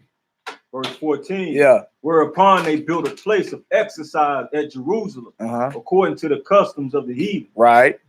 And made themselves uncircumcised. Made themselves uncircumcised. You feel me? So this would have to be a spiritual concept, because you can't physically make yourself uncircumcised. Right. So this is spiritual we talking about. Whenever we take on the covenant and customs of heathens, their mannerisms, their worships, you understand? We actually become that. We become uncircumcised or not a people to the Most High. Why would the Most High call us not a people? We went into idolatry. We start having other mighty ones before him or in his face. That's what before meaning.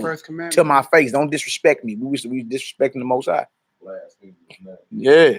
You feel me? Dealing with these other gods and all that, man. You dig? That's what happened. So he's like, oh, okay, well, y'all not a people to be. All right. So if you're not an Israelite, then that means you're a Gentile. That's the whole history into this, man. That's why idolatry is a hell of a drug, including Christianity, Islam, all of it. Go ahead, oh. Yeah, I see that. You know what they're saying? So y'all gonna say, I'm not the God. You worship these stones and spots. So you're not a people. You're not a people. I will provoke them to. Yeah, I'll provoke them circumcision to jealousy by those who are not a people. You feel me? Go ahead, Doc. Let's get it. Finishing verse 15.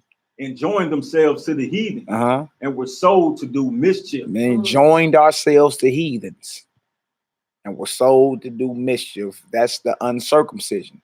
So when you read about it, matter of fact, since let's go to this Maccabees real quick and show how it was unlawful. And I'm going to show y'all the circumcision. The second Maccabees 6. Second Maccabees 6. Read 3 through 6 for me. Gotcha. Second Mac 6, 3 through 6, and then we need Philippians 3, 1 through 5. Show y'all the circumcision. So we got different groups of Israelites you dealing with. You dealing with the circumcision and uncircumcision. And then the uncircumcision start believing in Messiah. You dig? Once they heard that good news and all that, they're like, oh, okay, that's what it is. Right? And you had some of the circumcision that believed. A lot of them didn't. Right? You got the branches that cut off. Bang. The branches that were grafted in. Bang. To provoke us to jealousy. To what? Say that, damn, the white man. The hell with him. Or to provoke us to reconsider and look at these scriptures and consider how Yahushua is the Messiah. You dig? We're always leading up to the Romans 11. This is all going to tie in like a puzzle. You're going to be like, whoa, there it is. There it is. It all feel right on in, because that's the last stronghold for anybody that's still holding on. What about Romans 11 and the olive tree and the wild olive tree?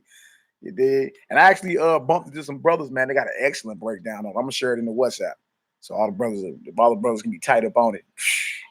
Hands down, it was solid. I was like, dang, you brothers actually, because I'm not the first brother that came up with any, you feel me, saying any of this, but you know, it's some brothers that's been teaching. In fact, some brothers I've been on the phone with for a few years.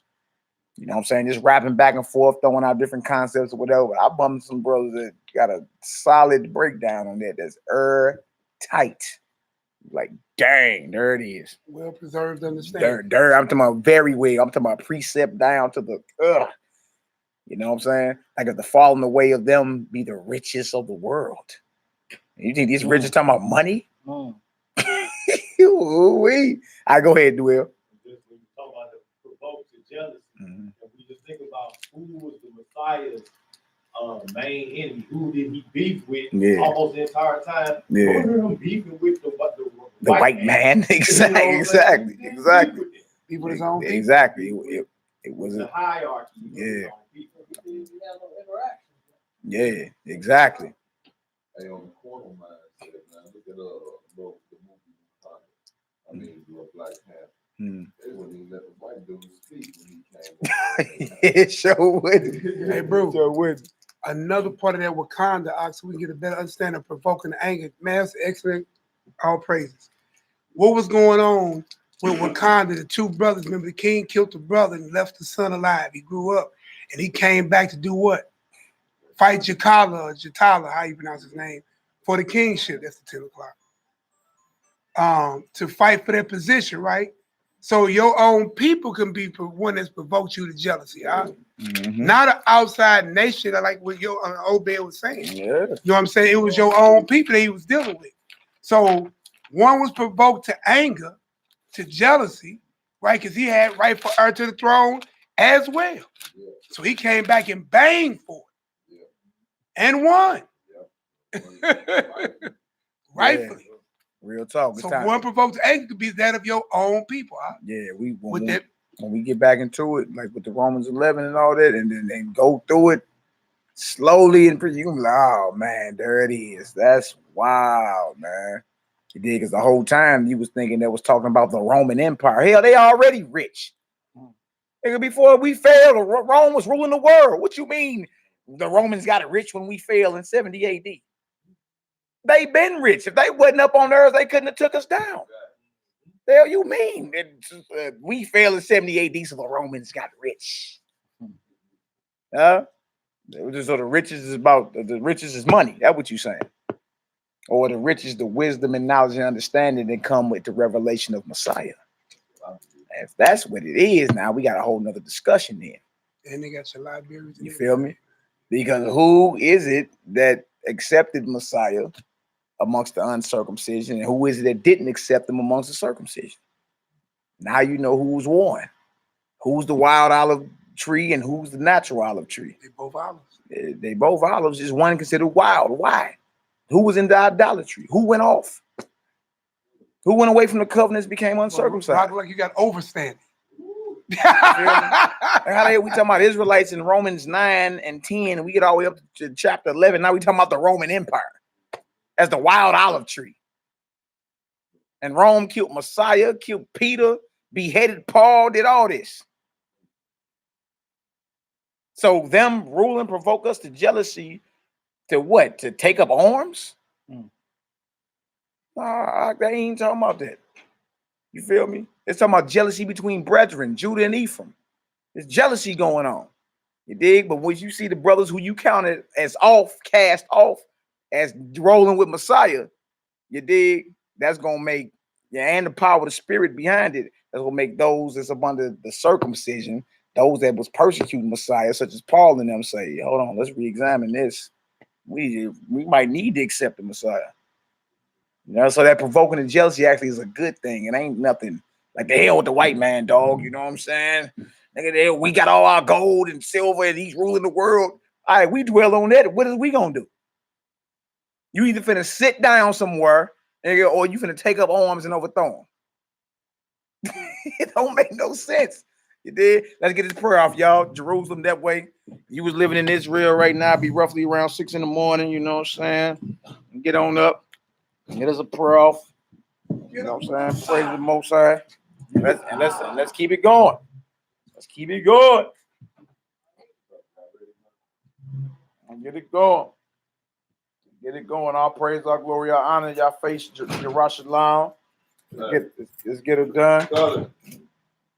You about to miss up. All right, let's get it done. All right, y'all repeat after me.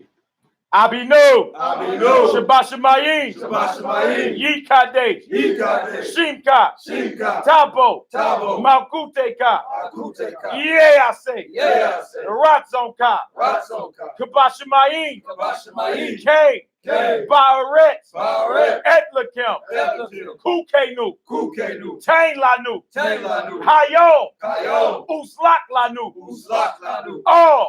Kataenu, Kamo, Shel King, Gam, Anaknu, Lakotin, Lanu, Wa'al, Tabienu, Lide, Nisayo, Ki, In, Kopzenu, Min Hara, Ki Laka, Hamam Laka, Wahab Burak, Wahati Beret, Laome, Olamin, Amen, Hallelujah,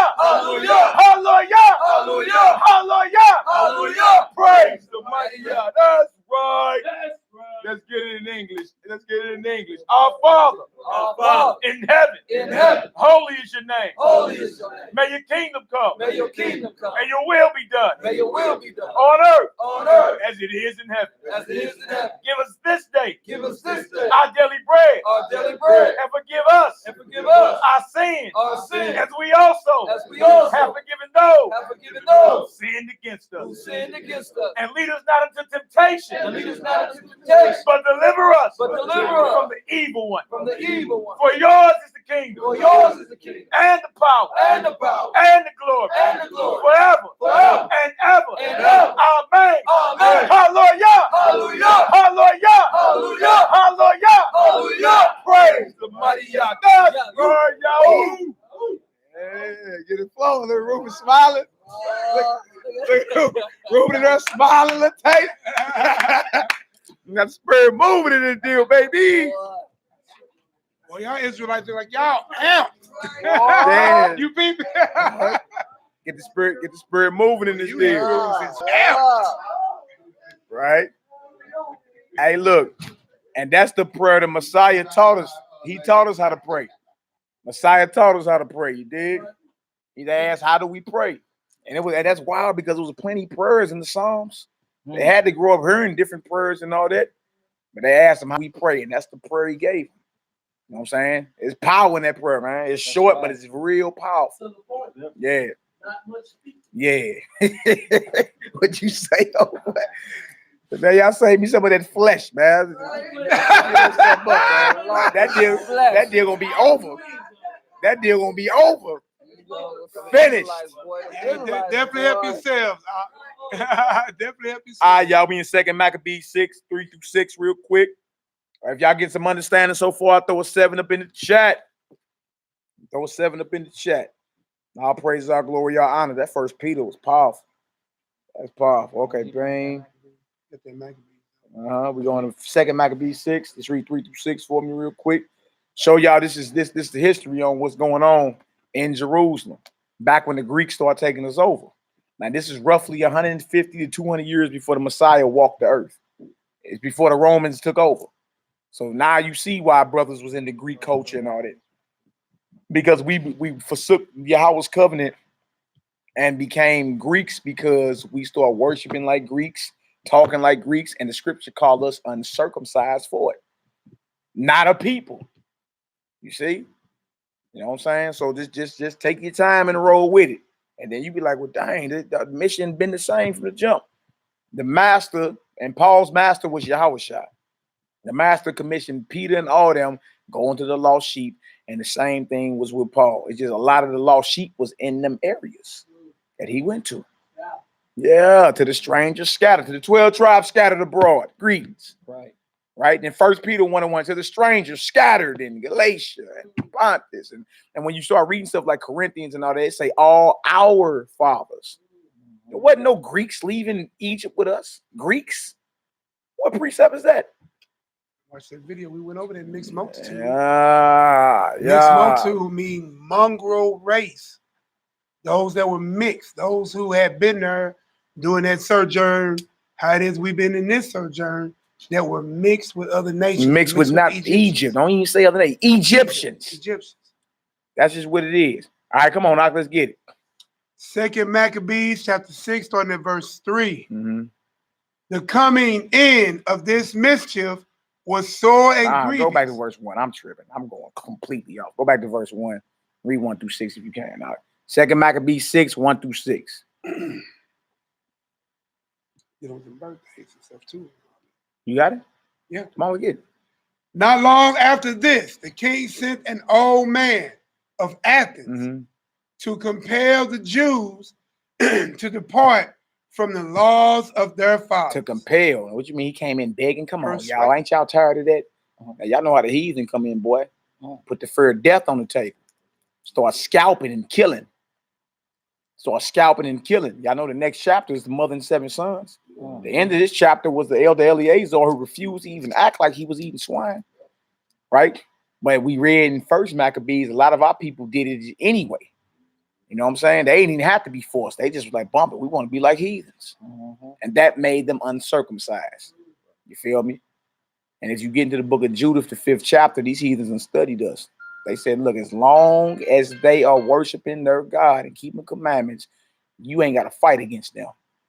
You understand? You want to rule over them, get them to break their laws. Get them to break the laws of their God, and you'll forever rule. But as long as they're obedient to their God, I'm going to tell you right now, you better stand down. Lest you be fighting against their creator. So that's major when they come in and say to compel us or to force us to stop keeping the laws of the Most High. The whole thing is to conquer us and for us to lose our identity and become heathens.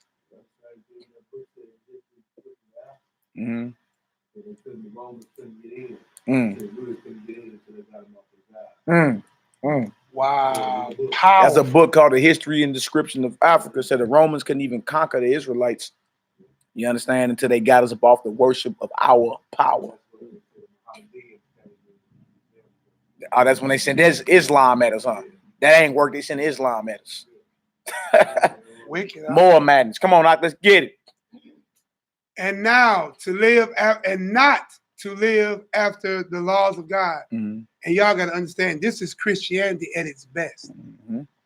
To keep you as a lawless people, to have you bring into your so-called assemblies every idol pagan worship that goes down. Easter, Christmas, all that. Ham and all that. Stuff that people would have died for not eating. You take it and put gravy on it. Lick your fingers. You say gravy, huh, Hebrew? Wickedly sweet. Deceitfully scrumptious. Straight up, our people was ready to die not to eat pork. Die not to eat it. Our people ready to die to eat it now. Yeah, I kill you. Die now. for eating. Ready to kill you for it. All right, go ahead. Verse 2. Yeah. And to pollute also the temple in Jerusalem. So forget the laws, pollute the temple. This is a direct hit on our creator and his flock. Direct hit. All right, go ahead. And to call it the temple of Jupiter, Olympius. Yeah, I see them. We got the cutaways of the temple and all that up there. At one point, they came in and hijacked the temple, destroyed us. You dig? And renamed the temple of Jupiter, Olympius. Totally defiled at this point, Totally defiled. All right, go ahead, And that in garrison of Jupiter, the defender of strangers, as they did desire that dwelt in the place. Come on. Verse 3. The coming in of this mischief was sore and grievous to the people. Come on. For the temple was filled with riot and reveling by Gentiles. Yeah, now this ain't you Israelite Gentiles, right? These some straight Greeks. Brought in they worship, their mannerisms and all that. Right? Come on. Who dallied with harlots. Oh, man. And had to do with women within the circuit of the holy place. All in the sanctuary, boy. With harlots. Man. Running trains.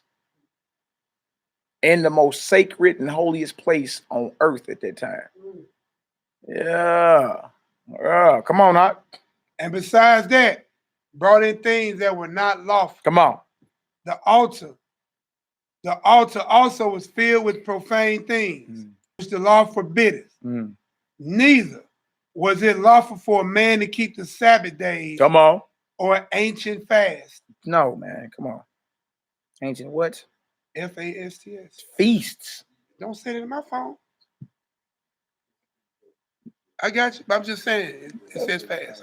My bad. Oh, okay. It says ancient feast. You need to get rid of that app, bro. This is feast. Come on. Ancient feast. Come on. Or to profess himself at all to be a Jew. Or profess himself at all to be a Jew. Oh, my head ain't You feel me? Unlawful. Unlawful. Mischief. Yeah, because I had a piece of pork, didn't he? Yeah. Yeah, because he be mispronouncing words all the time. You be like, bro, what are you? The other day he was talking about abomination. You fast too? He said it was an admonition. This nigga saying abomination. Like, what is he doing, man? Y'all need to get rid of them apps. Whatever app that is, y'all need to get rid of that. All right, so y'all see right there. That boy thought I had swine hanging from the Yeah, jaws. because he always be mispronouncing words, man. That was an abomination the other day, and it said admonition. These things were for our abomination. I'm like, boy, what are you talking about? Bro, that's not my fault. I'm not 100% at the King's English. Yeah, no, don't give I'm me an that. Israelite. Nah, don't give me I ain't good at that either. Yeah, don't give me that. Whatever. Yeah, you going off. Upgrade your prescription. You going off. Other prescriptions. You upgrade your prescription on them glasses. Gotta put the bow on the focus. All right. Next, we need Philippians 3 real quick. Hallelujah. Was you done with that first Maccabees? Yeah, you done with okay. that. Give me Philippians 3 as we going next. I just want to show. We just showed the uncircumcision. I want to show the circumcision. Circumcision. Philippians 3. We need like 1 through 5. I believe it is. Philippians 3, 1 through 5. Philippians 3.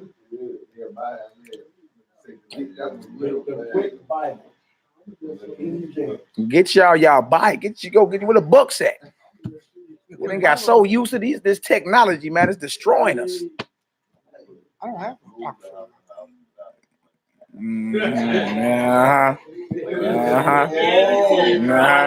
All excuses. Excuses for thou. Man, leave my digital fringes alone. All right, come on. Philippians chapter 3. Who the hell? What you mean? How Africans, Israelites? They're not. TB, but we're not Africans. We're not Hamites. We're Israelites. We're from the seed of Shem. Shemites. He said it feel good to see Africans. Wow. somebody just bounced them. Somebody just got him out. I got him up out of here real quick. No, nigga. No, nigga. No, nigga. All right, come on. Y'all get stupid. Y'all here clowning today. All right, Philippians 3. Philippians chapter 3, verse 1. Mm-hmm. Finally, my brethren, rejoice in the Most High, to write the same things to you.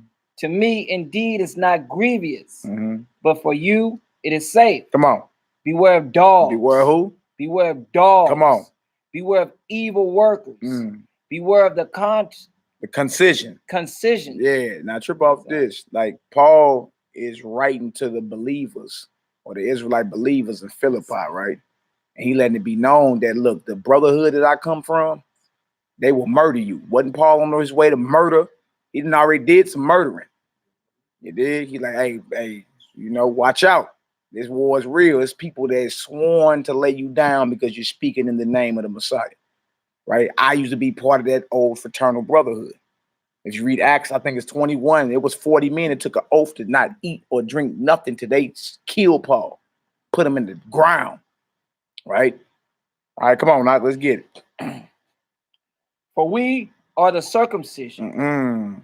Will worship Yah in the spirit and rejoice in Yahushua HaMashiach and have no confidence in the flesh. This is all about true circumcision, spiritual circumcision versus physical. And never was saying don't get physically circumcised, but what good is that if you violating the law? Y'all don't even believe in the Messiah and boasting on your circumcision, right? So he's saying we are the circumcision. You got no confidence just because we circumcised. You feel me? Right? We ride with the Messiah. Again, he never was saying don't get circumcised. People don't read him through. He's just saying what profits your circumcision if you a transgressor. Right. That don't mean nothing. What profit your baptism or your fringe wearing? You a transgressor. Yeah, but not inwardly. All right, come on. Verse 4. Yeah. Though I might also have confidence in the flesh, If any other man thinketh that he hath whereof he might trust in the flesh, I more. He's like, look, we can do some bragging now.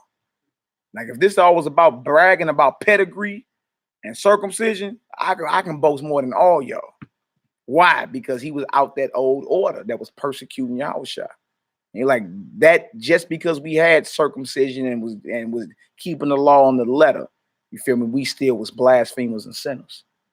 We was murderers. All right, go ahead. Circumcised the 8th day of the stock of Israel, of the tribe of Benjamin. Come on. And Hebrew of the Hebrews, as touching the law, a Pharisee. Yeah, so a lot of times when you read Paul in the Romans, he is say Israel, or he'll say Jew. You dig? And the way to navigate through that is to ask yourself, is he talking about all Israel? You naturally gonna say, no, he can't be talking about all Israel. Many Israelites believe in the Messiah. So who out of Israel is he talking about? It would have to be his old brotherhood, the Pharisees and the scribes that were commissioned and given the authority to kill anybody speaking in the name of Messiah. You see what I'm saying? Can't be talking about the land. He's not talking about the land of Israel, right? He's not talking about the man Israel, right? And he's not talking about every Israelite. So who was he talking about then? He would have him talking about a specific group in Israel or in Jerusalem, right? The leaders, the Pharisees and scribes that he actually came from. And he was on his way to kill more that was riding with the Messiah until the Messiah blinded him on his road to Damascus.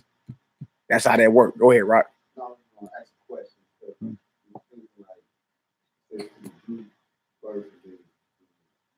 The Gentile, yeah. Yeah. Okay, in Romans 1, it says, yeah. Now, why would you just say Greek? You know, so right. Everybody else. Right. Why? What's about this? And why is he saying Greek and it's a letter to the Romans? You know what I'm saying? Like, what's up with that? You said what? That's what I looked up. I'll go ahead, break it off. What you saying? Oh, that same Greek and Gentile is the same word. So it's still talking about the Israelites that are the same mind. Yeah, it's the same exact word. Yeah, and then when you get down to there, it'll say in parentheses Grecian. Right now, when you look up Grecian in Acts 6:1, it's gonna say Greek-speaking Jews that adopted Greek culture and worship. Can one of y'all look that up real quick? What you on looking at? What, got a woman on the screen? What you got going on over here? What's going on? You got a breaching spirit, bro. Look, I ain't lying. Look, am I lying? Look, I told you. Come on, man. That's gospel music. Come on, man. That was some gospel music. Don't play that man this either. I didn't know it was going to. Yeah. Hey, so be careful you burn false witness. That's a gospel artist. Man, that's folk madness. Come on, Act 6. Grab Grecian in Act 6. Yeah, so look, to the Jew first, or the Judean, the circumcision, right? Because those are the ones that stayed at home and kept the Torah, kept the law. You understand? Yeah. Then he was talking about the foreign Jews, that was Greeks and all that. Then you had the Pharisees that was harsh and strict. But it's to them first because they are the ones that kept the customs. They the ones that had the laws and all that. Right? Just like if you stay at home, your children at home won't get punished if they mess up the house first, you understand, before their cousins. They came to visit. You feel me? They come through and visit. You see? And that's what that's going to the Jew first and then to the Greek or to the Gentile. You understand? But what we've been reading today is that's in Romans 9:24 and 25, that the Gentiles he's referring to are scattered Israelites that were uncircumcised. You understand? Parents went off during the time of the Maccabees. Those are the Greeks and Gentiles he's referring to. And I always ask myself that too, like, why is he saying Greek and this is the letter to the Romans? Why didn't it say to the Romans? Why the Greeks? Yeah, it's a lot to it. All right, what they say, Grecian? G1675. Hellenist. Hellenist, right? One who imitates the manners and customs or worship of Greeks and use the Greek tongue. And use who? The Greek tongue. Go ahead. B. Used in the New Testament of Jews born in foreign lands and speaking Greek. Y'all heard that? Used in the New Testament of Jews in foreign lands speaking Greek. Those are your Gentiles you're dealing with. That's crazy, man. Go ahead, oh. So when it says to the Jew first then to the Greek, so would it be put in second because they coming back into the fold? Yeah, that's exactly what it is. You know what I'm saying? They had already went off and became not a people. You dig? But these, hey, you got the Jews, you got the Judeans, you know what I'm saying? The brothers that stayed up under the customs and all that. You understand? Naturally, they gonna get hit first. They kept this. Go ahead, oh. So kind of like the parable of the two sons, the one son went off. Yeah, the prodigal son. Yeah, the prodigal son. Yeah. One son stayed. Mm-hmm. One son, he was good. Like, you good. You ain't got worry. Boy, that's an excellent point. That's an excellent point. I ain't even trip off that. That's like the parable. That's a good point. That's what is that? Luke 10, the parable of the prodigal sons. Prodigal son has returned. That's an excellent point. That's an excellent point. Yeah, he was. The son that stayed at home was pissed as a mug. Like, why you hooking him up? You know what I'm saying? That's that provoking the jealousy. You know what I'm saying? Provoking the jealousy. While we on it, just to bring it back out. The Gentiles spoken of in Revelation 11 that's a different one. It's G1484, and just the quick one down at the bottom it says probably from a race. There's a tribe specifically a foreign one, usually by implication pagan, Gentile, heathen nation people. Wow. Just showing that there is a separate, like we say, there's a Gentile court, showing that those Gentiles ain't Jews that grafted in. That's right. Them Jews is under the 12 gates. Yeah. These is actual Gentiles, not the blood. Hey, exactly. Gentile heathens. All right. Was you done with that? Yeah, and then look, check out how Acts 6:1 read. And in those days, when the number of disciples was multitude, there arose a murmuring of the Grecians against Hebrews. Because their widows were neglected in the daily ministration. Oh, see, so it's so beef. The Grecians were against the Hebrews, what the Judeans, but they both was Israelites. Wow. Because their widows were neglected in, the basically provisions for the widows. Because you're supposed to look out for them. You dig? But there was something there where they like, man, we not finna hook y'all up, y'all Grecians. You know what I'm saying? Why we gotta look out for y'all widows? Right? And that's still like as if they're different people. They're actually the same group of people. You dig? But again, that jealousy and contention and hatred is there. And that's that middle wall of petition that the Messiah came to tear down, man. You feel me? That we may be one stick in his hand again. But Israelites, they want to keep the wall up. Yeah. Real talk. All right, so you was done with that. What was we at over here? Philippians chapter 3, verse 6. Yeah, read 6 and then we'll jump. Concerning zeal, persecuting the church, touching the righteousness which is in the law, blameless. All right, drop that. Give me John 7:35 real quick. John 7:35, and then I need Acts 21:17 through 21. And then let me see. We should be able to hit that Tobit today, and then we're gonna end it with that Isaiah 11. File. Yeah, 21:16 through. Okay, hallelujah. John 7:35, and then I need Acts 21:17 through 21. There's something they said about the Messiah that we've even read past before. Right here. This was at the Feast of Tabernacles. They're trying to kill him. You know what I'm saying? And then his brothers and them was mocking him, saying, if you be who you are, show yourself to the world. And he was like, my time ain't ready. Yours is always ready. Because I testify that the works of the world are evil. So it's always cool time for you to be cool and rub elbows with everybody. Why? Because you're not against the world. I am. You feel me? And the world he was talking about was the leadership of his own people. Those were the works that were evil, right? Yahushua wasn't over in East India nowhere, the steppes of Russia. You feel me? He was in Israel, teaching Israel how to love one another and be that example on how to come on back to the Father. That's what it was about, man. Yeah, he was going in on them wicked Pharisees and scribes. That's what it was about. Those are the Israelites that were persecuted. And again, you ain't even talking about all 12 tribes. You talking about the kingdom of Judah that was scattered and divided. And of course, the other tribes were, but he dealt right there at home with the circumcision and their hypocrisy.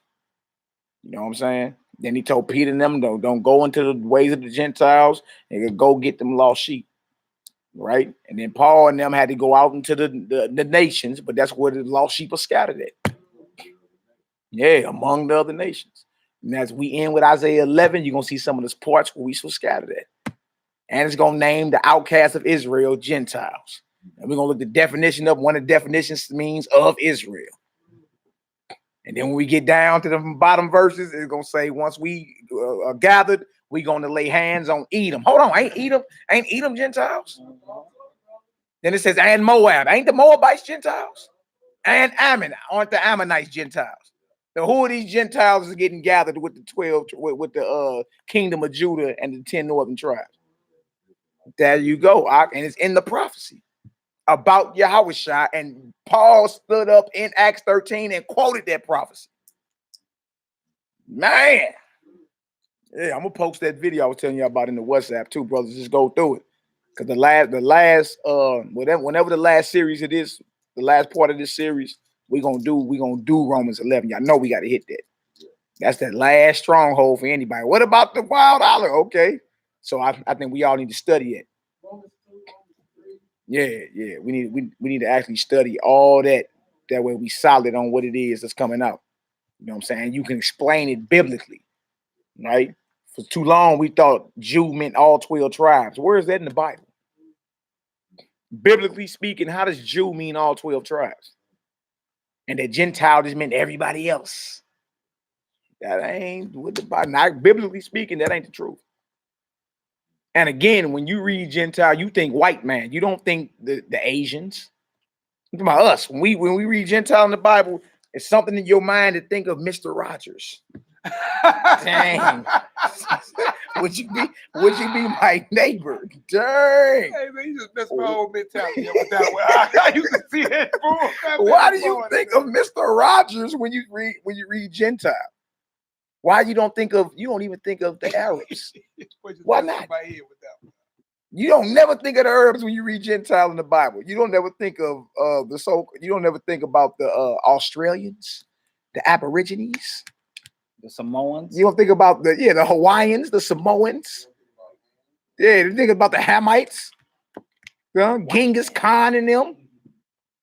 You don't think about nobody but the white man, brother. That's who you think about when you read Gentile. Could it be that that word that the Gentile is referring to don't even mean none of that? Right? Not in them verses where when he's preaching and teaching about salvation and gathering the tribes. He did. Yeah. You know what I'm saying? Yeah. The white man is over us right now. Yeah. Everybody's mindset goes to the white Yeah. Because why are you trying to save him? Yeah. Because of our recent oppression by them, man. All the hell we didn't call from them. So now trip off this. This is another thing that need to be asked too, right? If it's in the law already and in the prophets that the heathens are our slaves, what's the need for the grafting in? They're already a slave. Like, what do you mean? What's the reason? What's the need for them to be grafted in to the commonwealth of Israel? Because they already prophesied to be slaves. If they're already slaves in the law and prophesied for them to be slaves in the kingdom, what's the need of the grafting? They play a position. Yeah. I'm just a quick question just to throw out there. That's it. You know what I'm saying? Go ahead, Al. And you say, why do we think the white man? You know what I'm saying? Not only the oppression, but even during the time of the Messiah, the head top was the white man. Mm-hmm. That's why it says Gentile and Greek. No. The Greek mentality. I think of Greek, I think of a white man. Yeah, You know what I'm saying? So when the Bible was taught to us by the white man, we taught. You know what I'm saying? It's got stuff in there about Greek and Gentile, and you start associating them with them. Yeah. You know what I'm saying? That's on top of them. When they was Greek, it was translated. You know what I'm saying? Right. It was on top when it was translated. Right. So, Right. But Right. not only that, when they brought us over here doing the slave trade, and they started these high prestigious schools and stuff, that's who started these theologian schools. Got the pastors going there and bringing the same doctrine to our people. Yeah. Yeah, the white man is the Gentile. That's it. Yeah, it's real. So it's a lot to retake back in and just meditate on. You know what I'm saying? It's what it is. But again, that mission is always the 12 tribes first. United back on top. You feel me? Then you got the nations. We ain't saying the nations ain't gonna get down and serve, but they're gonna be in subjection. That's the hard line truth. Don't nobody want to hear it, but it's subjection, slavery, servitude. Right. Yeah. It's a righteous judgment. Yeah. It's a righteous judgment. Just the white man. Yeah, exactly. Exactly. It's all of them. Everybody plotted. All y'all going in All chains. the Psalms 83. Every last one. Yeah. Makes sense, don't it? Been down for the long. Yeah. Yeah. The fleecing. Yeah. Yeah, yeah. When you look at that salvation in Romans 11, salvation, when you look that word up, it says delivered from thine enemies. Oh, It says from the molestation of thine enemies. Molestation. Like, so who, what do you mean they need salvation? Like, that's us. Who needs to be delivered and saved from their enemies? It makes sense, man. All right, so come on, where we at? We got John 7:35. Read that real quick. John chapter 7, verse 35. Mm-hmm.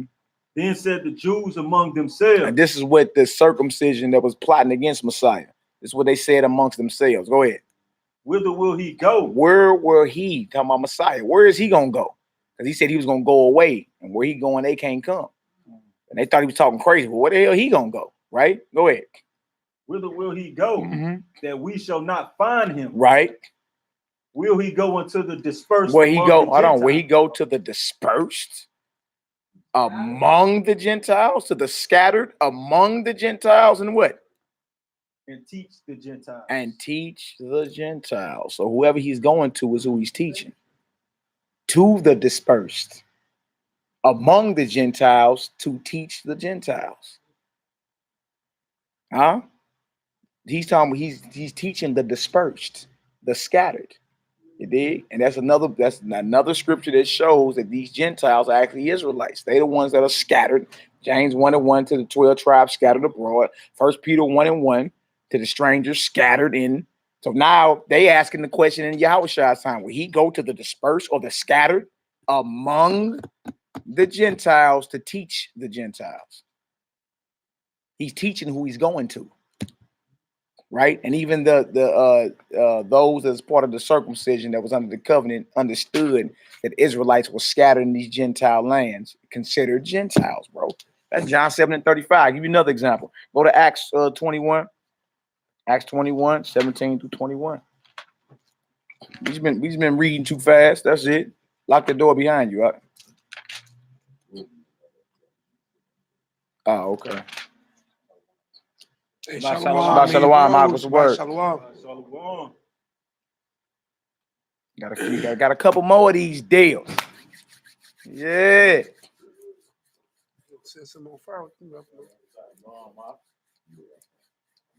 Acts 21. Mm-hmm. Hallelujah. Acts 21, 17 through 21. Acts chapter 21, verse 17. Yeah. And when we were come to Jerusalem, the brethren received us gladly. It's by Paul and them. He had to come back up to Jerusalem. They was hearing about all the work he was doing. Right? Now you got to go report in the headquarters. Go ahead. And the day following, Paul went in with us unto James, and all the elders were present. And when he had saluted them, he declared particularly what things Yahweh had wrought among the Gentiles by his ministry. By his ministry, right? Go ahead. And when they heard it, they glorified. They glorified the Lord and said unto him, thou seest, brother, how many thousands of Jews there are which believe, and they are all zealous of the law. The believe. So it was a lot of brothers that converted and started following the Messiah.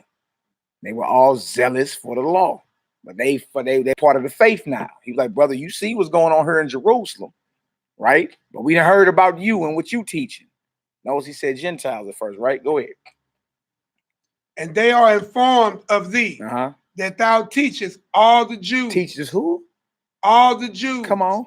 Which are among the Gentiles. Which are who? Among the Gentiles. Come on.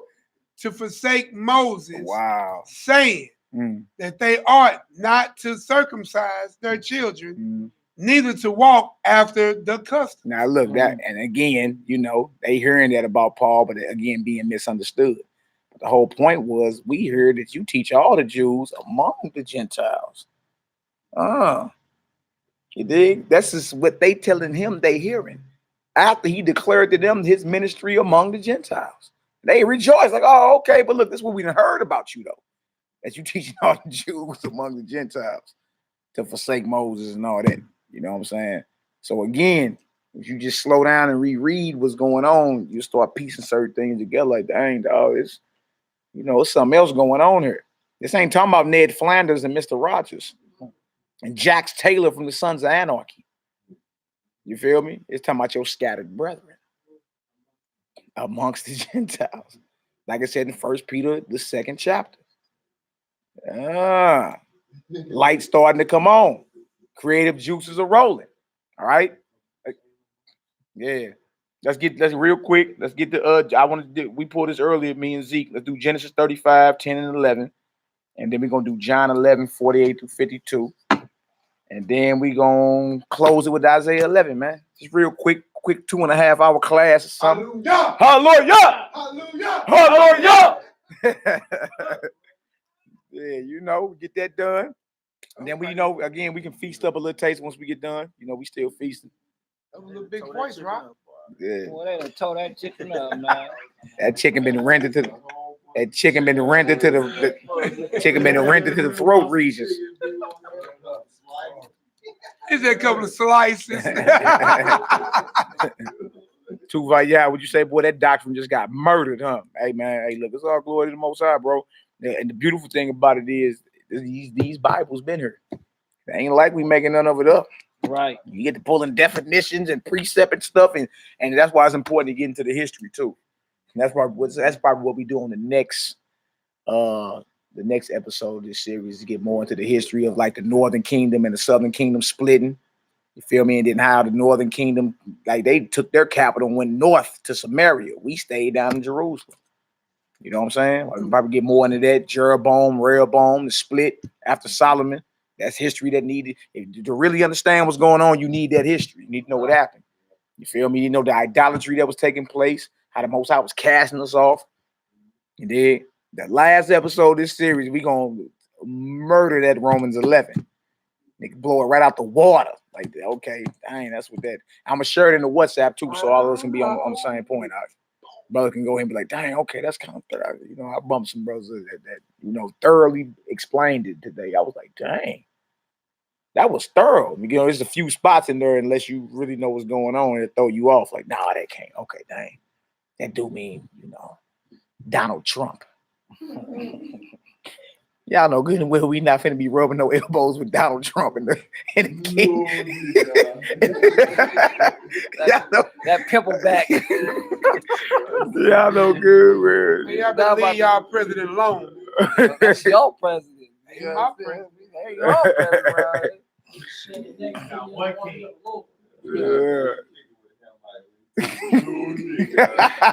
Good nigga. Y'all clouded up in there, man. Genesis 35. Genesis 35, 10 and 11. Just real quick. Just real quick, Genesis 35, 10 and 11. Then somebody hold John 11. John 11, we need 48 through 52. We end it with Isaiah 11, few of them verses. Bing, bang. Genesis chapter 35, verse 10. Uh-huh. And Yahweh said unto him, thy name is Yaakov. Thy name shall not be called anymore Yaakov, but Israel. Right, your name won't be Jacob, but Israel. Same thing happened in Genesis 32. So he's reiterating, right? Go ahead. But Israel shall be thy name. Come on. And he called his name Israel. Uh-huh. And the Most High said unto him, I am your power almighty. Be fruitful and multiply. A nation and a company of nations. Hold on, a nation and company of nations? What? No. Shall be of thee. Shall be of who? Shall be of thee. Shall be of Jacob? Shall be of thee. Shall be of Israel? Kind. Wow, hold on. Jacob had 12 sons that became 12 tribes. What you mean, a company of nations? Is each tribe considered a nation as well? Wow. Can is each tribe, because each son became a tribe, is each tribe considered a nation as well? And then all the tribes united is the kingdom under the Messiah Yahushua. That's right. Like when you read that, right? Again, he ain't saying that to Abraham. I mean, he did, but I'm saying this ain't Abraham he talking to right here. Jacob's name was changed to Israel. He is the prince of the power, and he said a nation and a company of nations shall come of thee. Nations with an S, right? Yes, sir. Really? Really? Okay, well, let's go to John. We're going to the next, John 11 chapter. Let me finish this real quick. I need to look up that. And kings shall come out of thy loins. 35. And then grab John 11 for me, 48 to 52. 35 right there, yeah. Verses like 10 or 11.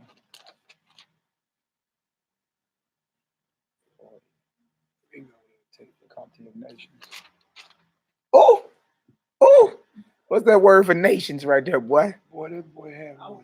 Oh! You was wondering, oh? You know, hey, bro, we must be on the same spirit. What's that word for nations right there? Goy. Oh, Goy. Not goyim. Not goyim. Goy. Goy. Goy. Where you get goyim from, plural, right? So it says goyim in the text when you read it. Nations. Now we all know that's another word for Gentile in the Old Testament, right? All right, now remember that H what? 14 what? 71. H 1471. Now trip off this. Right? Read that definition right there. That 1A down to 3.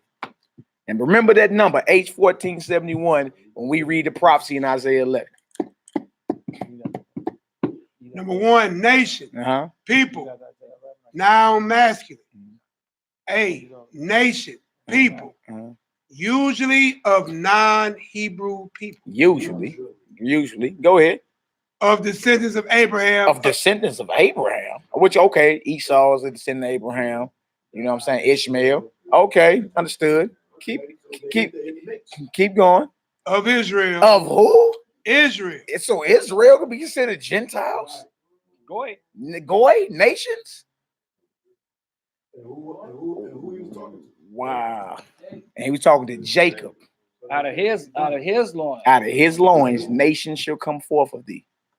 See, hey, even again, another proof that in the law or in the Torah is prophetic as well. You know what I'm saying? Most High in his divine wisdom already knew the situations we was going to be in, scattered amongst these nations, taking on their mannerisms and their identities and their worships and all that, and eventually would have to abandon that and come on home, man. Right? But naturally, you starting to come home, gonna make your brothers that's been home the whole time look at you like, who are you on? Who is you? Coming to take my house. The prodigal son, like y'all brought over that prodigal son brought up earlier. That was powerful, boy. Because that was the same thing. And that parable is actually about the scattered tribes. You know what I'm saying? Coming on back home and the natural jealousy that's gonna be there because now you heard that the Most High dealing with your brothers that went off. Yeah, that's man. that parable. And all their shortcomings. Just to add to that, when the father had told the son that was already there, yeah, you been here. That's right. He coming home, so we gonna rejoice. Kill a fatty calf. Yeah, Oh, wait, the wheels are turning. All right. So we read a nation and a company of nations, right? Coming out of Israel, coming out of Jacob. And that show you that the scholars that study the Bible understand that Israelites are considered Gentiles when they go off and dwell amongst heathens and all that, and take on customs and all that. The scholars know that because that's in the Strong's Concordance. We ain't making that up. Dang. Okay. John 11.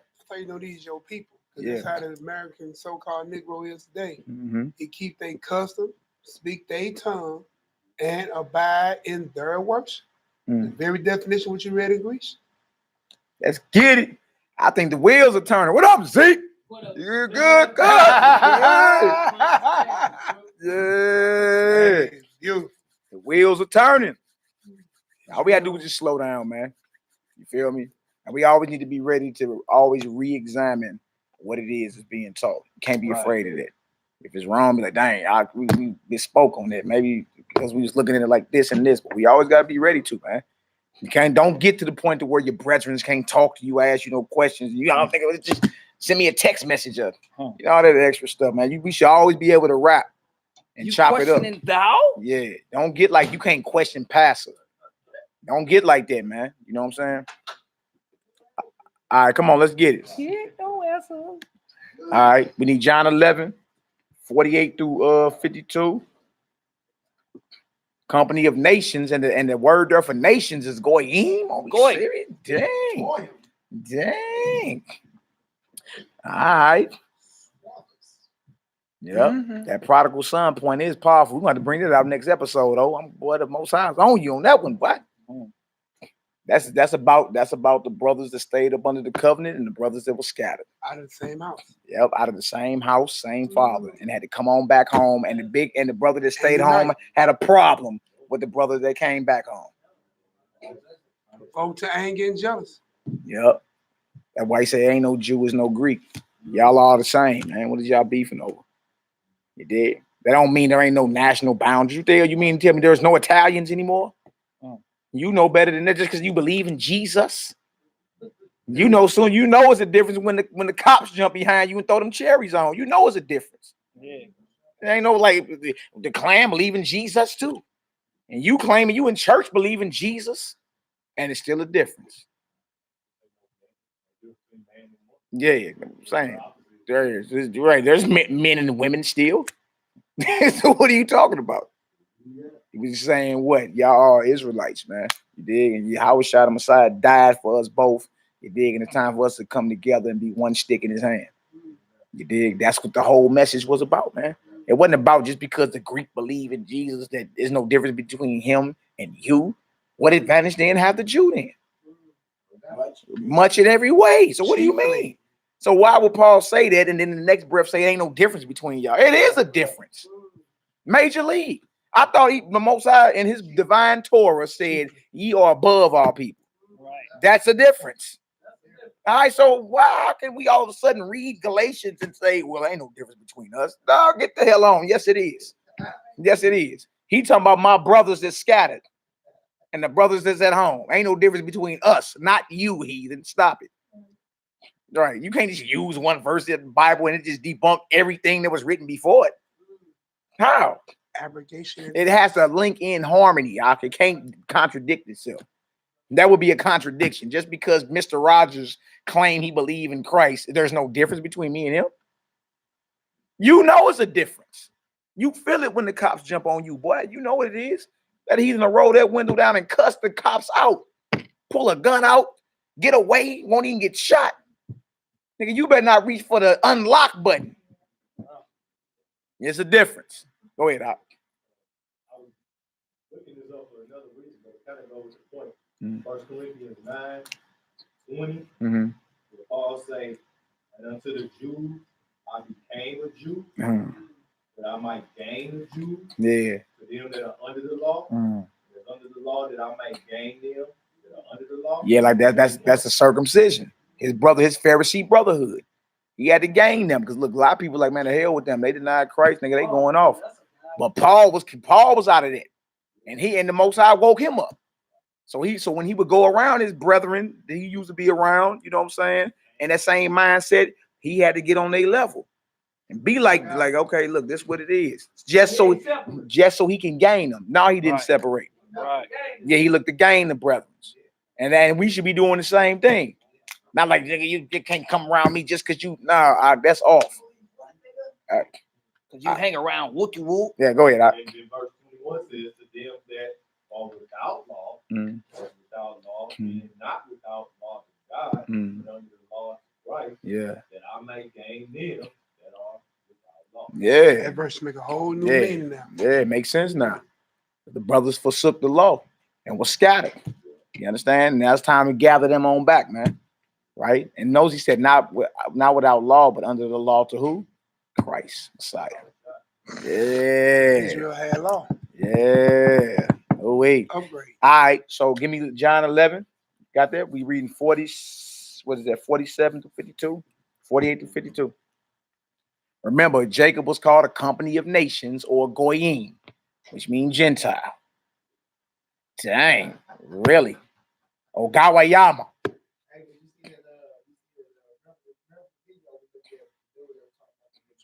Yeah. Yeah. Yeah.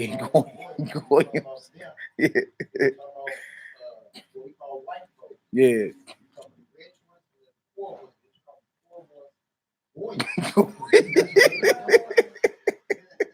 We was laughing, boy. We was in stitches laughing at that video, boy. All right, come on, let's get it. Who got it? John 11, 48 to 52. Me. Let's get it. You there? I got it. Yeah. John 11, verse 48. If we let him. Go to 47 for me. There we go. Let's get it. John 11, verse 47. Yeah. Then gathered the chief priests and Pharisees and council. Now, so this, and look, it say council. That's the Sanhedrin when you look it up. That was the Israelite courts. When you look up council in that verse, it's going to say Sanhedrin. That's the ancient name for the courts. You get brought for the courts, the Israelite courts. So they actually had a closed door session after the Messiah was doing his miracles, after he resurrected Lazarus, right? And they showed up to put Lazarus back to death behind it. So then they held a closed door session. All right, go ahead. And said, what do we, question, for this man doeth many miracles. If we let him thus alone, all men will believe on him. They like, look, we got to do something about him. All men will believe on him, right? Come on. And the Romans shall come and take away both our place and nation. You see, because they were appointed over the nation by our enemies, the Romans. They like, look, if we don't do something about him, we're going to lose our power and our authority over the people and from the Romans. So what are we going to do? All right, go ahead. Sister C. Karima. Sister C. Karima. Yes, you're absolutely right. All right, go ahead. 49. And one of them named Caiaphas, being the high priest, right, that same year said unto them, ye know nothing at all, nor consider that it is expedient for us that one man should die for the people, that the whole nation perish not. Remember, Jacob is called a company of nations, right? One man should die for the people, that the whole nation, talking about the kingdom of Judah, right? Go ahead. And this, and I'm saying that because the northern kingdom had already been scattered. Caiaphas is not speaking about the northern kingdom. They had already been scattered, went into the Syrian captivity and been scattered. 2nd Ezra, the 13th chapter in the Apocrypha. 2 Kings, the 17th chapter. All right, so he ain't talking about them. All right, go ahead. 51. And this spake he not of himself, but being high priest. That year he prophesied that Jesus should die. That Yahushua should die, right? Go ahead. For that nation. For that nation, the kingdom of Judah. Come on. And not for the nation only. Not for that nation only. Come on. But that also he should gather together in one the children of Yahweh that were scattered abroad. Y'all see that, what? Nations. Not for that nation only, but the children of Yahweh that are scattered abroad. That's all the tribes. And we read Genesis 35 that Israel is considered a company of nations. Right? Do that make sense? Hallelujah. If that makes sense so far, go ahead and throw a 7 up in the chat. Last scripture, Isaiah 11. Isaiah 11. Isaiah 11. If you peep, they had the first, what was that, COINTELPRO? Yeah. Yeah. Let's get it, Ellie. Yep, Isaiah 11. Let's read 10 through 14. It's something that we read over plenty of times. Something that we done read over plenty of times. And we need to look that word Gentile up right here in this. Please go there, brother. You know you're excellent with the navigation skills. Yeah. Just not to read. Isaiah 11, let's read 10 through 14. What you saying? Can I bring out something on that nation again? Go ahead, out. The word nation, right?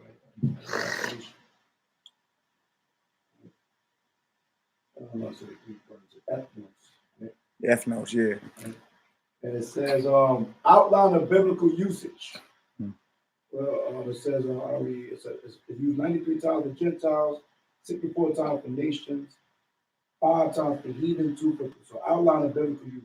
1, a multitude, in parentheses, whether of men or of beasts, associated or living together. We know that's not what it's talking about. A company, troop, or swarm. A, use that company, go back to Genesis. Okay. Company of nations, right? A multitude of individuals of the same nature. A multitude of individuals of the same nature. Or genus. Why do you get the word Genus? A human family. A tribe, nation, people, group. Or is in the OT, foreign nation, not worshiping the true the power, pagans, Gentiles, right? 5 says Paul uses the term for Gentile Christians. Gentile Christians. So I said, okay, we only got that word Christians right there. Right? And we went down to G5546. Says Christian, a follower of the SHACKELFORD. Went down with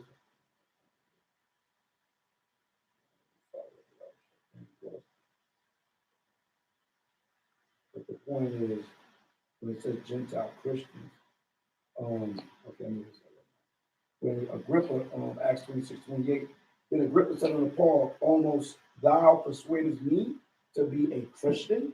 It's like you said, am I a Jew? Another cat. So the Christians was first, the disciples first called Christians.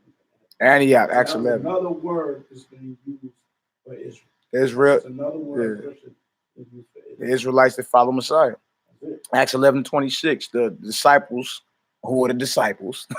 The disciples were first called Christian at Antioch. Right. Excellent point. All right, look, let's get this. Isaiah 11. Let's read 10 through 14. Let's end it. Isaiah chapter 11, verse 10. Yeah. And in that day, there shall be a root of Jesse, which shall stand for ensign of the people. We look up ensign for me real quick. Look up ensign. Ensign of the people. What ensign say? Ensign is H5251. Nace or ness. Something lifted up.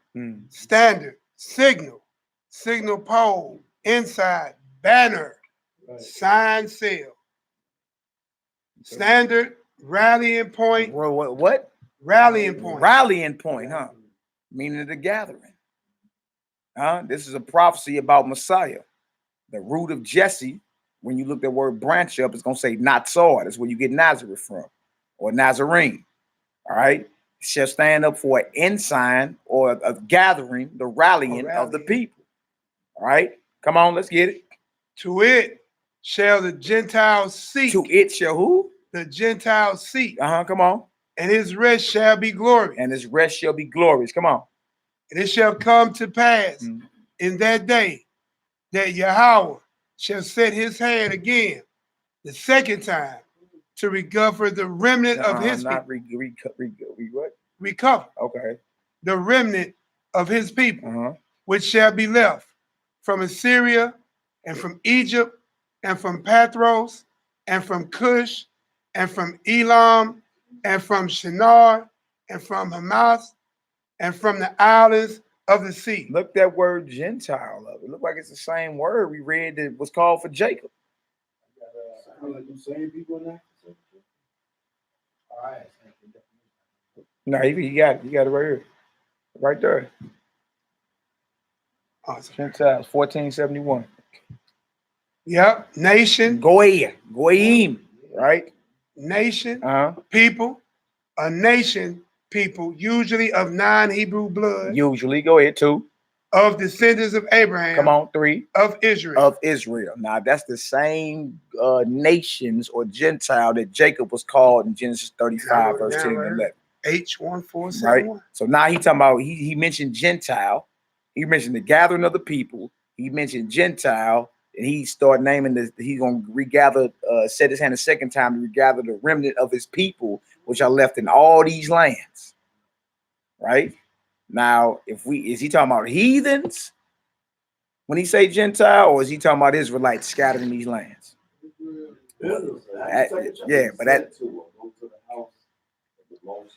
That's right. Now, look, as we keep reading, it's really going to clear it up. Even if you didn't have these definitions, when we get down to verse 14, it's going to like, dang, hold on. Yeah, that got to be what it is.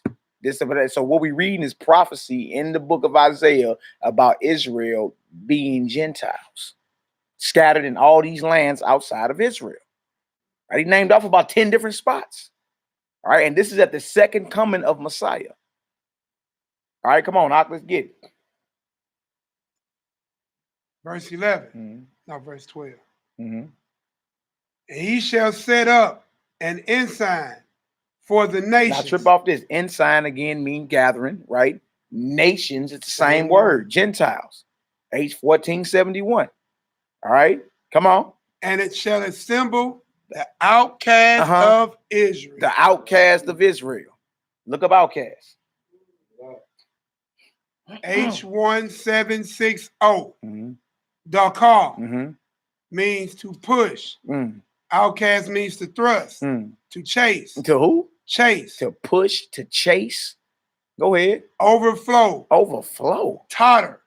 Soar. Drive away or out. Drive away or out. The outcasts of Israel have been scattered out of their home, out of their land. And when we see Gentiles in this verse and nations, it's talking about the outcasts of Israel scattered in these lands right here. And at the second coming of Messiah, he's gathering the remnant of his people that are left there. That should make sense. You feel me?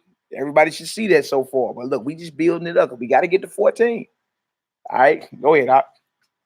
And shall assemble the outcasts of Israel. Yeah. And gather together the dispersed of Judah from the four corners of the earth. So we got the outcasts of Israel and the dispersed of Judah. So now we're dealing with what? All 12 tribes being gathered.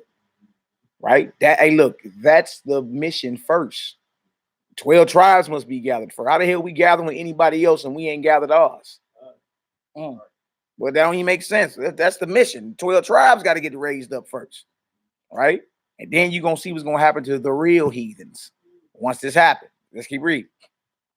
The envy also of Ephraim shall depart, and the adversaries of Judah shall be cut off. Ephraim shall not envy Judah. Come on. And Judah shall not vex Ephraim. So now we see what? That the hatred between the brothers, the northern and southern kingdom, is vanished at the second coming of Messiah. Ephraim is the largest tribe out of the northern kingdom. So sometimes you read the northern kingdom is Ephraim alone. And Judah is the southern kingdom. Right? Look, they ain't gonna vex one another. That hatred is gonna be off the earth between us. It's gonna be all brotherly love united up under Messiah. Y'all see this? Now, this is the very prophecy Paul stood up in Acts 13 and quoted. Oh, wait. All right, come on, let's get it. Verse 14. Here it go. But they shall fly upon the shoulders of the Philistines. Come on. Are the Philistines Gentiles? Aren't they heathens? Okay, we got Philistines. Go ahead. Toward the west, they shall spoil them of the east. Come on. Together, they shall lay their hand upon Edom. On who? Edom. They laid their hands. The 12. So we're gonna lay our hands on Edom, the Edomites. Not sure about this. Aren't Edomites Gentile heathens? So this is how you know that those Gentile nations in them previous verses are talking about Israelites and not heathens. Because the 12 tribes are gathered, the hatred between Ephraim and Judah is gone. Now it's time for us to lay hands on these heathens. Do y'all understand? I mean, if it's confusing, let me know. Can I get a Yahoo from the audience? Yahoo! Yeah, okay. Just let me know if y'all understand that, bro. If it's understandable, if not, we can go back over it. You know what I'm saying? But if it's understandable that these Gentiles, and which are the outcasts of Israel and the dispersed of Judah living in all these different lands, right, are gathered at the second coming of the Messiah. You understand? And once the 12 tribes are gathered, we are going to lay hands on heathens for real. Philistines, the Edomites. Who else is mentioned in there? The Moab. The Moabites. Go ahead. The children of Ammon. The Ammonites. Shall obey them. Shall who? Obey them. Yeah, they be in subjection. What you mean? That should be crystal clear. If that's crystal clear on the worldwide chat, throw a 7 up in the chat. That's right. There was 7 up in the chat. There was 7 up in the chat. And y'all, that's just was another quick one. History of Israelite strangers and heathens, part 3. You know, we gotta do 10 parts to it, so be it. You know what I'm saying? Yeah. Hey, but you know what stood out to me? What stood out to me is when I looked up the definition for Gentile nation, and it was Goyim, and one of the definitions is Israel. So I'm like, that means the scholars know that translated the Bible. The scholars know that Israel's living in these other lands, taking on these other customs, are considered Gentiles. This ain't nothing we making up out. Yeah, outcasts, Gentiles, dispersed, scattered, and Genesis 35. Matter of fact, me and Mahal was reading the other day. That's where I got it from. He was like, boy, you read that Genesis 35? I'm like, dang. Jacob considered not only a nation, but a multitude of nations, which means each tribe is considered a nation as well, which would make sense because we wasn't supposed to be tribe hopping either. You hear me? You ain't supposed to be doing that. You lose your inheritance. You see? Wow. So all 12 nations or tribes combined make us the kingdom. Right. You dig? So all praises, all glory, all honor to the Most High. All praise. Bro, say, Mally, it's been a wrap. Hallelujah. All praise, glory, and honor. All right, y'all, we're gonna pray on out. We're just gonna do it in the Hebrew, and then we gonna fellowship amongst the brethren that's here. Y'all willing, we back live around midnight, not midnight, tripping, noon tomorrow. I say what? No more hours. Going on. Yeah. This is all night. It's all night, baby. Better be a 24-hour set. You know what I'm saying? Going on. All right, y'all. If y'all were edified, all praise, glory, and honor to the Most High. All right, let me go ahead and put the email and all that up in the chat too. Going off. What you say, boy? You see, Zoa was already back there passing out. Zoa still is over. Mahal called too. Mahal was nodding off. Yeah, Mahal was nodding off, going off.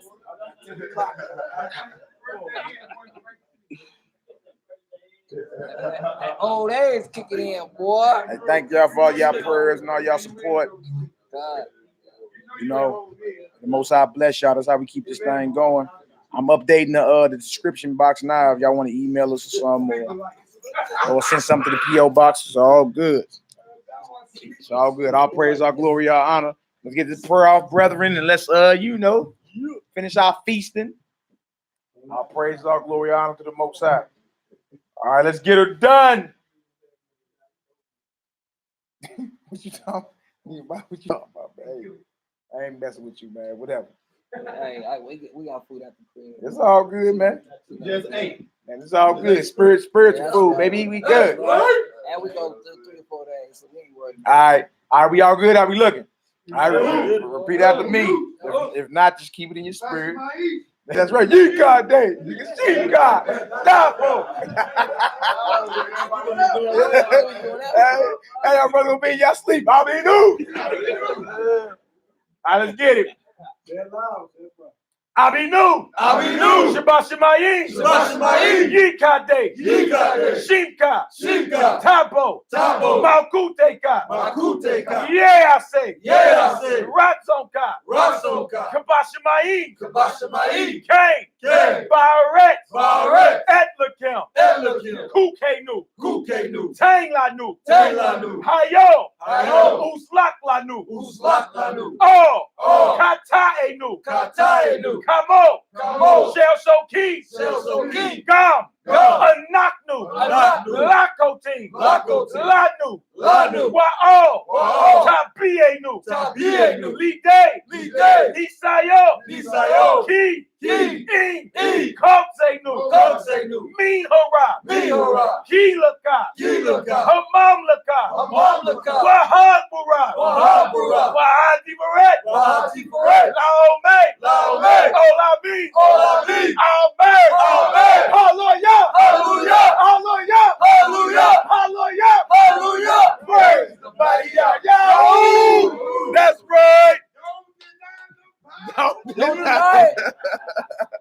Don't deny it. All right, y'all. Our praises, our glory, our honor. Y'all willing, we see y'all sooner than later. Pray for us so we can continue to pray for y'all.